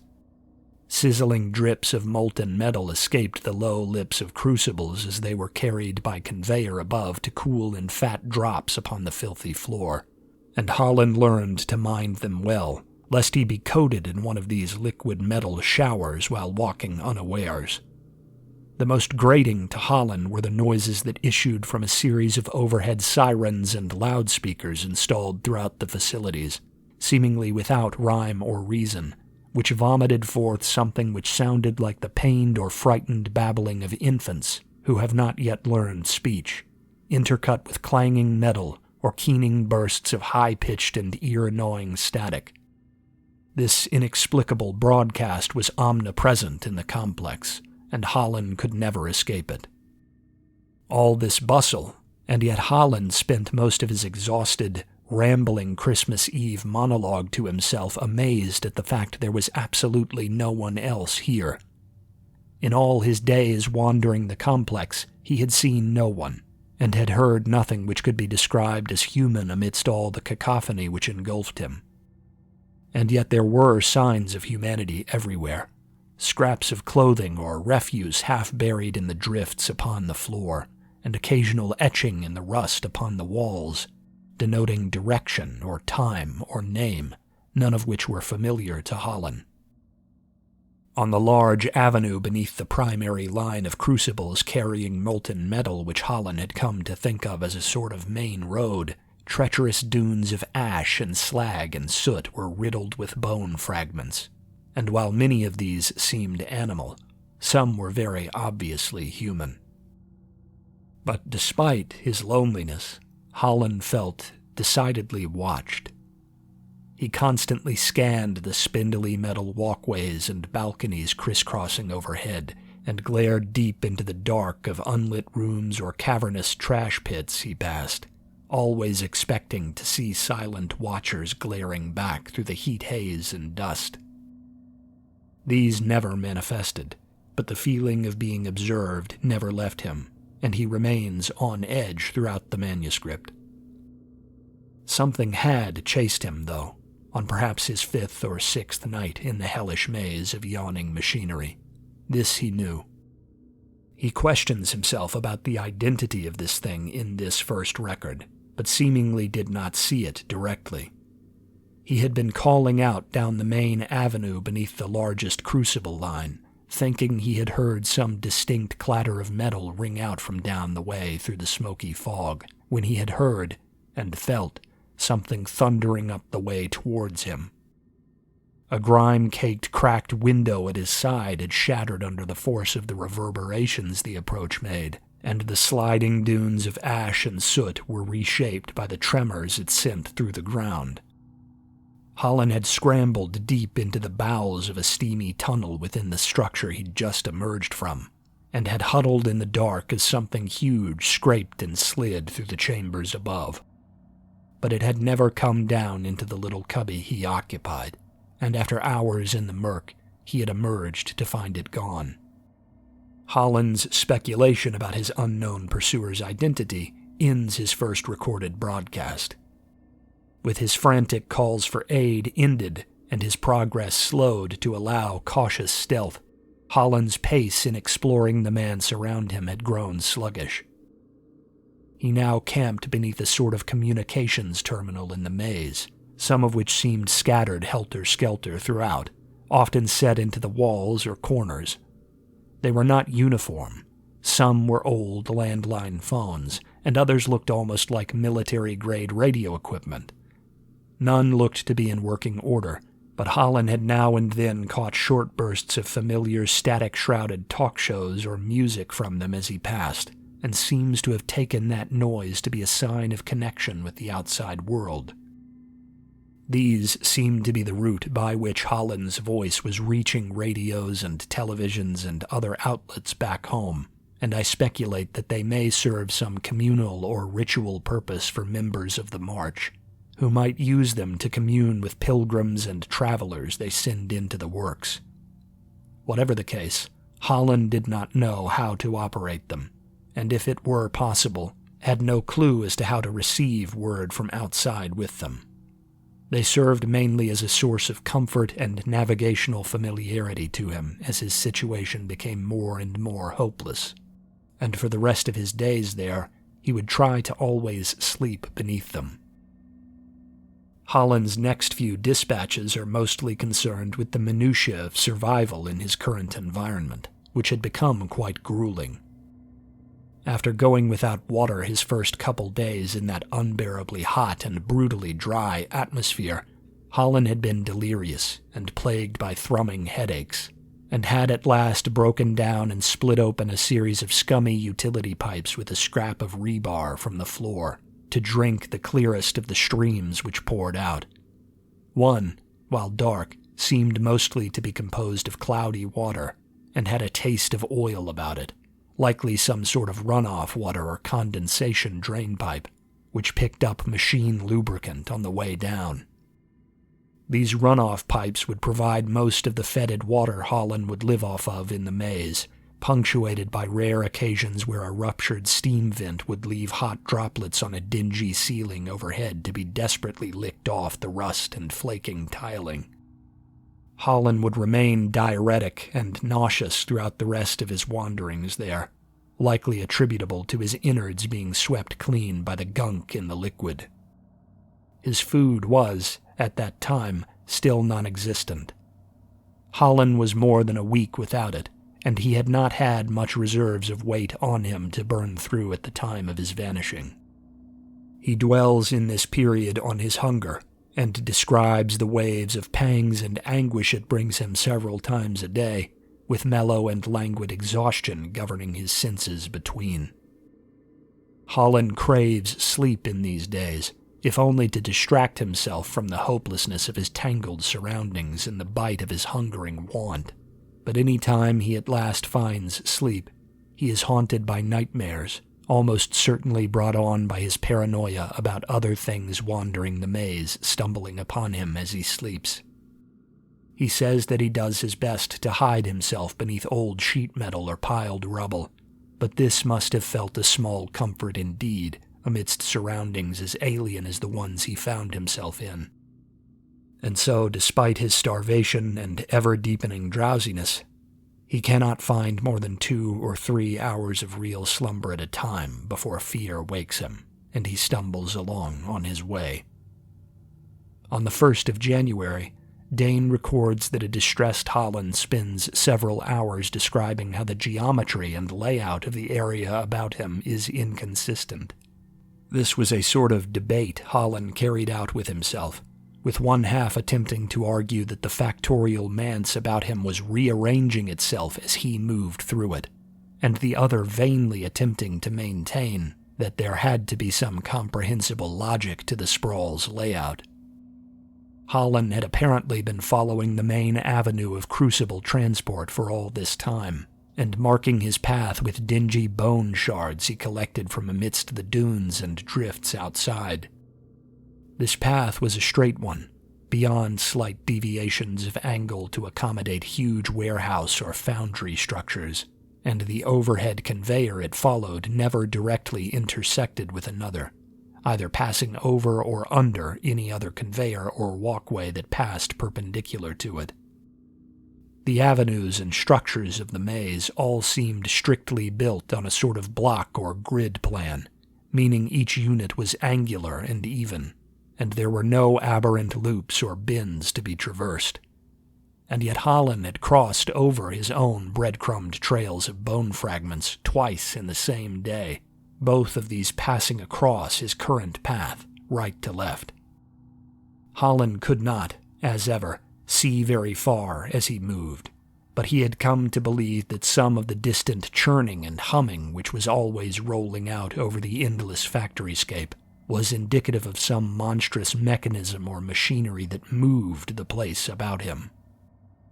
Perhaps, he speculated, it was constructed of modular pieces, which could be subtly slid around like interlocking puzzle pieces to confound those wandering within, or better serve whatever unknowable purpose, if indeed there was one, the factoryscape itself served.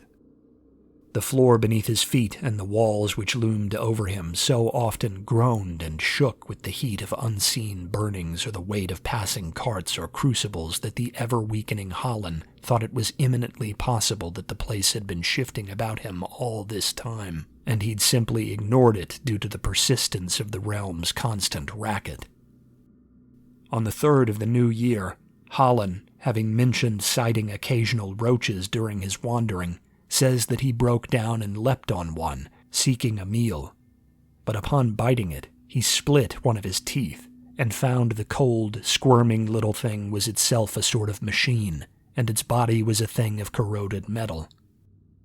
He reports that, after this crushing disappointment, and with head throbbing from hunger-born weakness and the agony in his broken tooth, he gathered up many of the unidentifiable bone fragments that haunted the soot dunes, and boiled them in the oily water he'd long drank, using a hot grate in the ground as a stove and a discarded pipe cap as a bowl.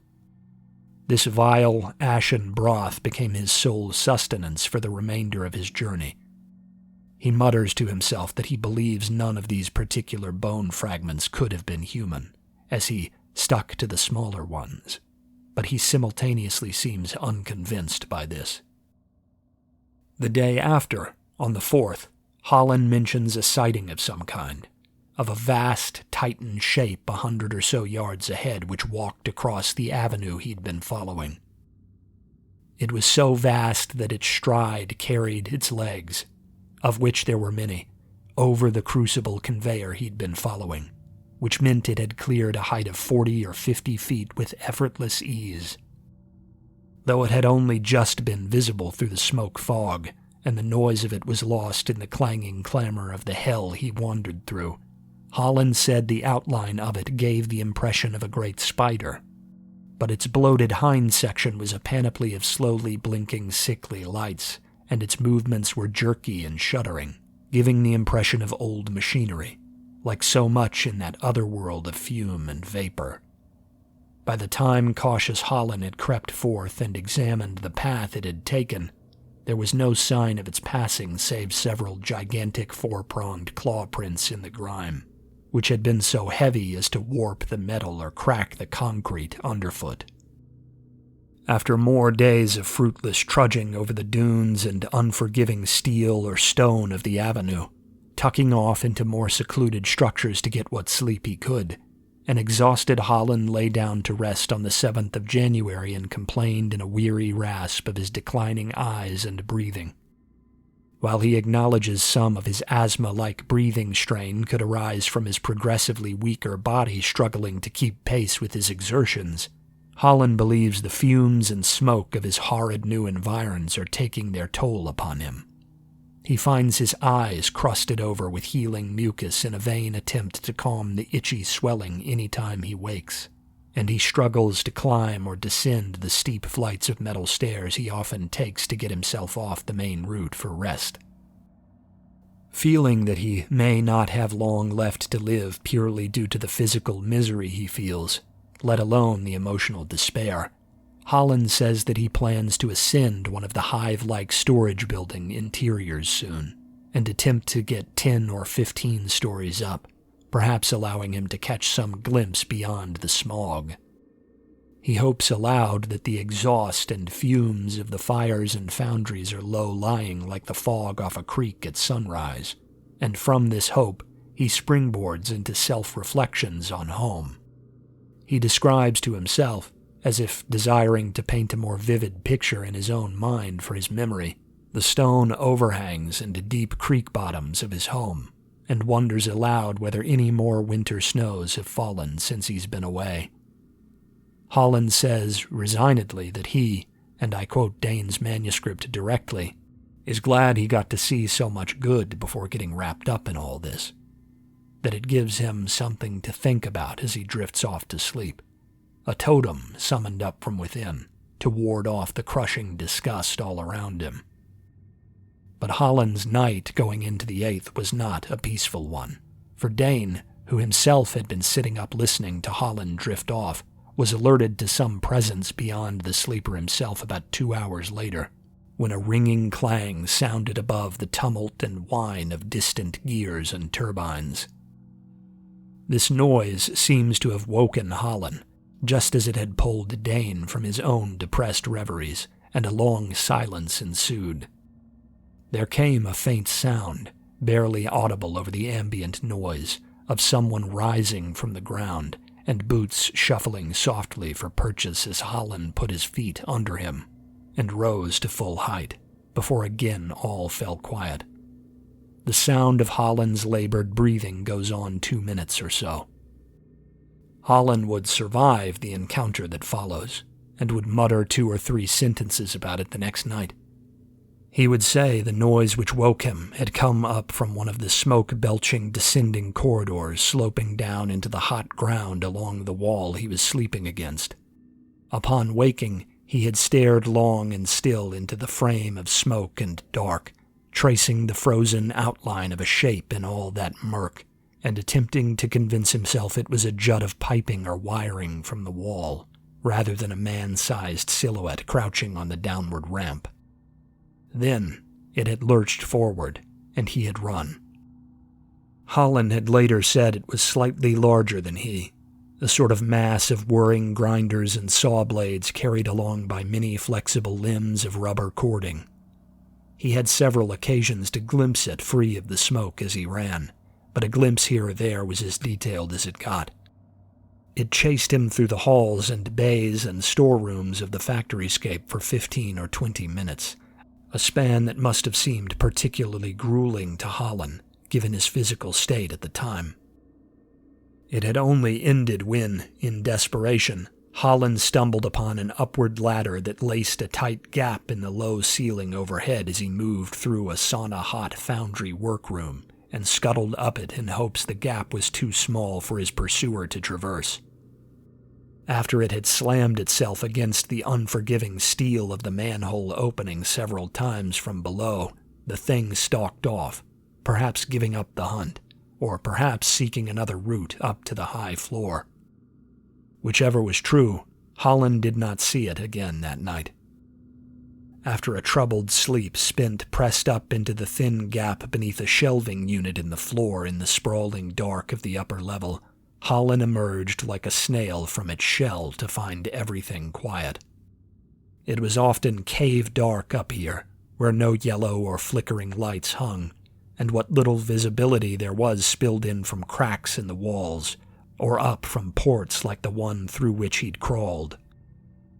Muted, too, were some of the noises which had haunted so much of the rest of the realm, for this area seemed either derelict or perhaps temporarily deactivated, and its automated machinery sat silent.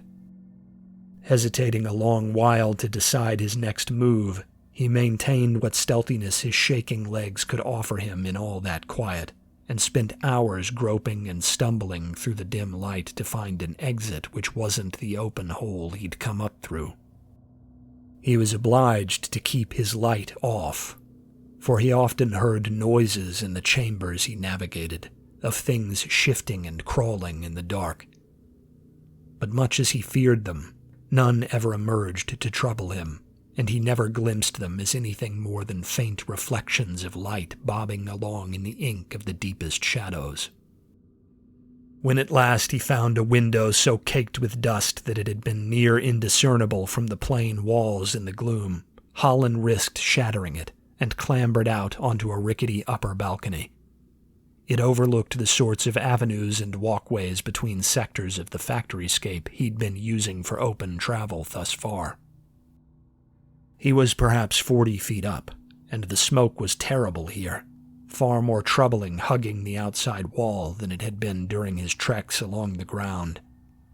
Previous worries about how visible he would be during any attempt to climb the buildings about him, especially in light of the giant he had seen in the clouds not long ago, had barred him from such ascents before. But Hollen was desperate, and the false security he had felt on the ground was now entirely banished.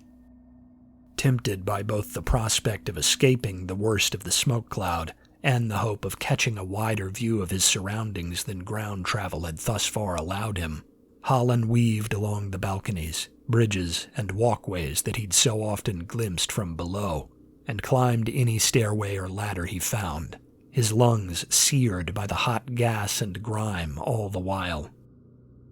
What he saw up there he would speak aloud on the night of the 10th.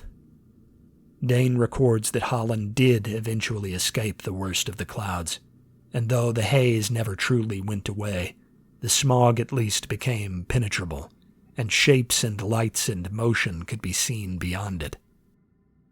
What Hollen described was a vastness beyond anything he'd been able to picture. The structures and scaffoldings and support beams amidst which Hollen had been traveling rose many hundreds of feet into the dark, and vast spires of metal and concrete towers hung down like stalactites from above to meet them, or else hang free in the empty air. The sprawl of smokestack and tower and domed warehouse stretched farther than Hollen's eyes could see before being swallowed up once more by the smoke haze. Great blinking orbs of shallow light hung here and there like bulbs from a gigantic cellar ceiling, and thrumming winged and rotored constructs of metal flitted in and out of great hangar bays to traverse the skies. Misshapen machine giants like the one Hollen had earlier glimpsed lurked in among the pillars and spires of industry as tigers amidst grass, all with different outlines and forms of ever-shifting parts and pieces.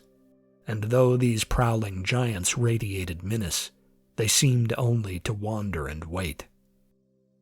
Yet, for all the bustle made more visible to him by his newly attained heights, Hollen could still see no people, no laborers. All still shifted and hummed and worked of its own accord. Beyond it all, miles off, in the farthest distance ahead of his position on the balcony he occupied, Hollen could see a different sort of lighting, something he described as colorful, striking, neon or fluorescent. The towers and hanging spires there seemed cleaner, or at least more symmetrical and even, than the haphazard sprawl of the factoryscape. And from it, Hollen says he catches a far-off throb and wail of discordant music that overpowers even the infant shrieks of the factoryscape's loudspeaker system. The chatter of distant cars, perhaps, or the shaking of bullet trains. Towards this colorful morass beyond the smoking maze, all of the crucible lines and conveyors Hollen has been following flow. He says he thinks it is fed by them, says that he feels down deep that all the space he has thus far wandered exists only to fuel whatever ordered chaos has been tethered and harnessed out there, amidst the gleaming glass and thumping rhythms of songs which cannot be heard, but only felt. Above this beckoning heart beacon at the core of the nightmarescape, Hollen says there is an idol, larger than any of the giants. It hangs down from above to oversee its dominion, held aloft by many tendrils and limbs that stretch off into the heights from which it descended. But the mass in its center is dark and can't be observed at such great distance. And yet still, Hollen seems both repulsed and fascinated by it, watched by it, called to crawl on towards it. He says as much, claims that, after camping another night in the tower he has climbed, he will begin attempting to pick his way bridge to balcony from spire to spire, and eventually reach the lights. But he does not sound exhilarated or hopeful at this change of course, only resigned. But perhaps mercifully, Hollen would not live to attempt that trek. Later that same night, as Dane came out of an inebriated sleep at his desk, he was treated to another noise to break the monotony of Hollen's makeshift hiding spot, just as before. Hollen's measured breathing stops as something heavy, something which whirs like a chipper or grinder in motion, tears through a distant wall, with great squealing of metal and twisting of beams. Hollen shrieks himself, and there is no tense stare-down to preface the chase. Indeed, Dane doesn't think Hollen was on his feet when whatever came for him fell upon him. The snapping and thrashing tumult that followed cut short Hollen's cries, and Elmer Dane, listening helpless beyond reach, was left under no illusions as to his friend's fate. He would listen on for many more nights, but would soon after lose access to even the measured rumblings of muted machinery that were so common to this other world he'd been listening in on. It was as if, with Hollen eliminated, whatever tenuous tether existed between the realms was severed, and those of us here on a flawed yet fundamentally natural Earth were spared further auditory intrusion. Now, how Dane's later descent continued, and why he would eventually enter the maintenance tunnel beneath Lion Apparel, is obscure to us. His family had never heard him speak in anything but the vaguest terms of any of this, and it seemed to me that this was purposeful. He wished to spare them any knowledge of it. But it also raises questions about his manuscript, for if he wished to spare others the horror of understanding what exactly was going on up there beneath the factory on the hill, he surely would have taken the document with him, or else destroyed it before his departure. While it is possible Dane was not of sound mind when he set out and disappeared himself, it is my belief that he thought he knew a way to close whatever obscure and vague gate existed there. I have heard anecdotes from other employees that suggest the night of Dane's disappearance was not the first time the old floor manager had entered the building at night.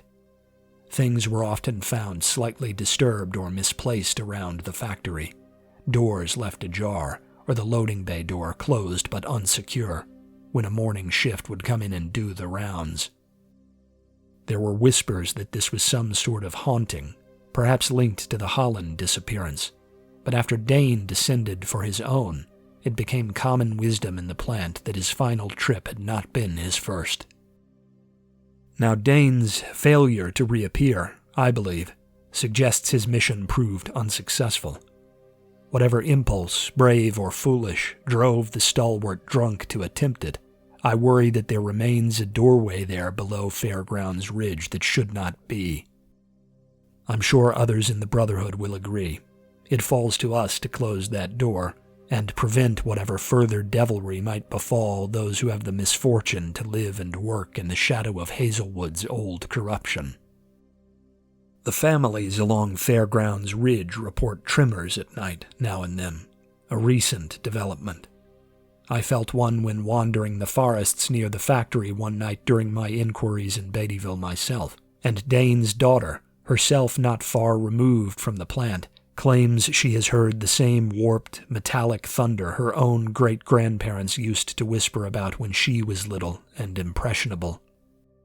Strangers, beyond just myself, have entered the little town several times this past month, never speaking to anyone. And yet those old enough to know the old stories firsthand, or wise enough to have kept them, will sometimes let slip that they've seen these well-dressed strangers stop at the very site down in town where Hazelwood's old house used to stand, before its righteous destruction. There hangs an air of looming disaster over the town, and I fear that, without decisive action, that feeling will be made real before long. The sound of progress, whatever it might be, seems to have been stirred by the recent intrusions into its domain, and its servants in the march are almost certainly trickling back into the county to answer its call. It is up to the call of the mountain, with what information we have, to ensure it remains trapped there.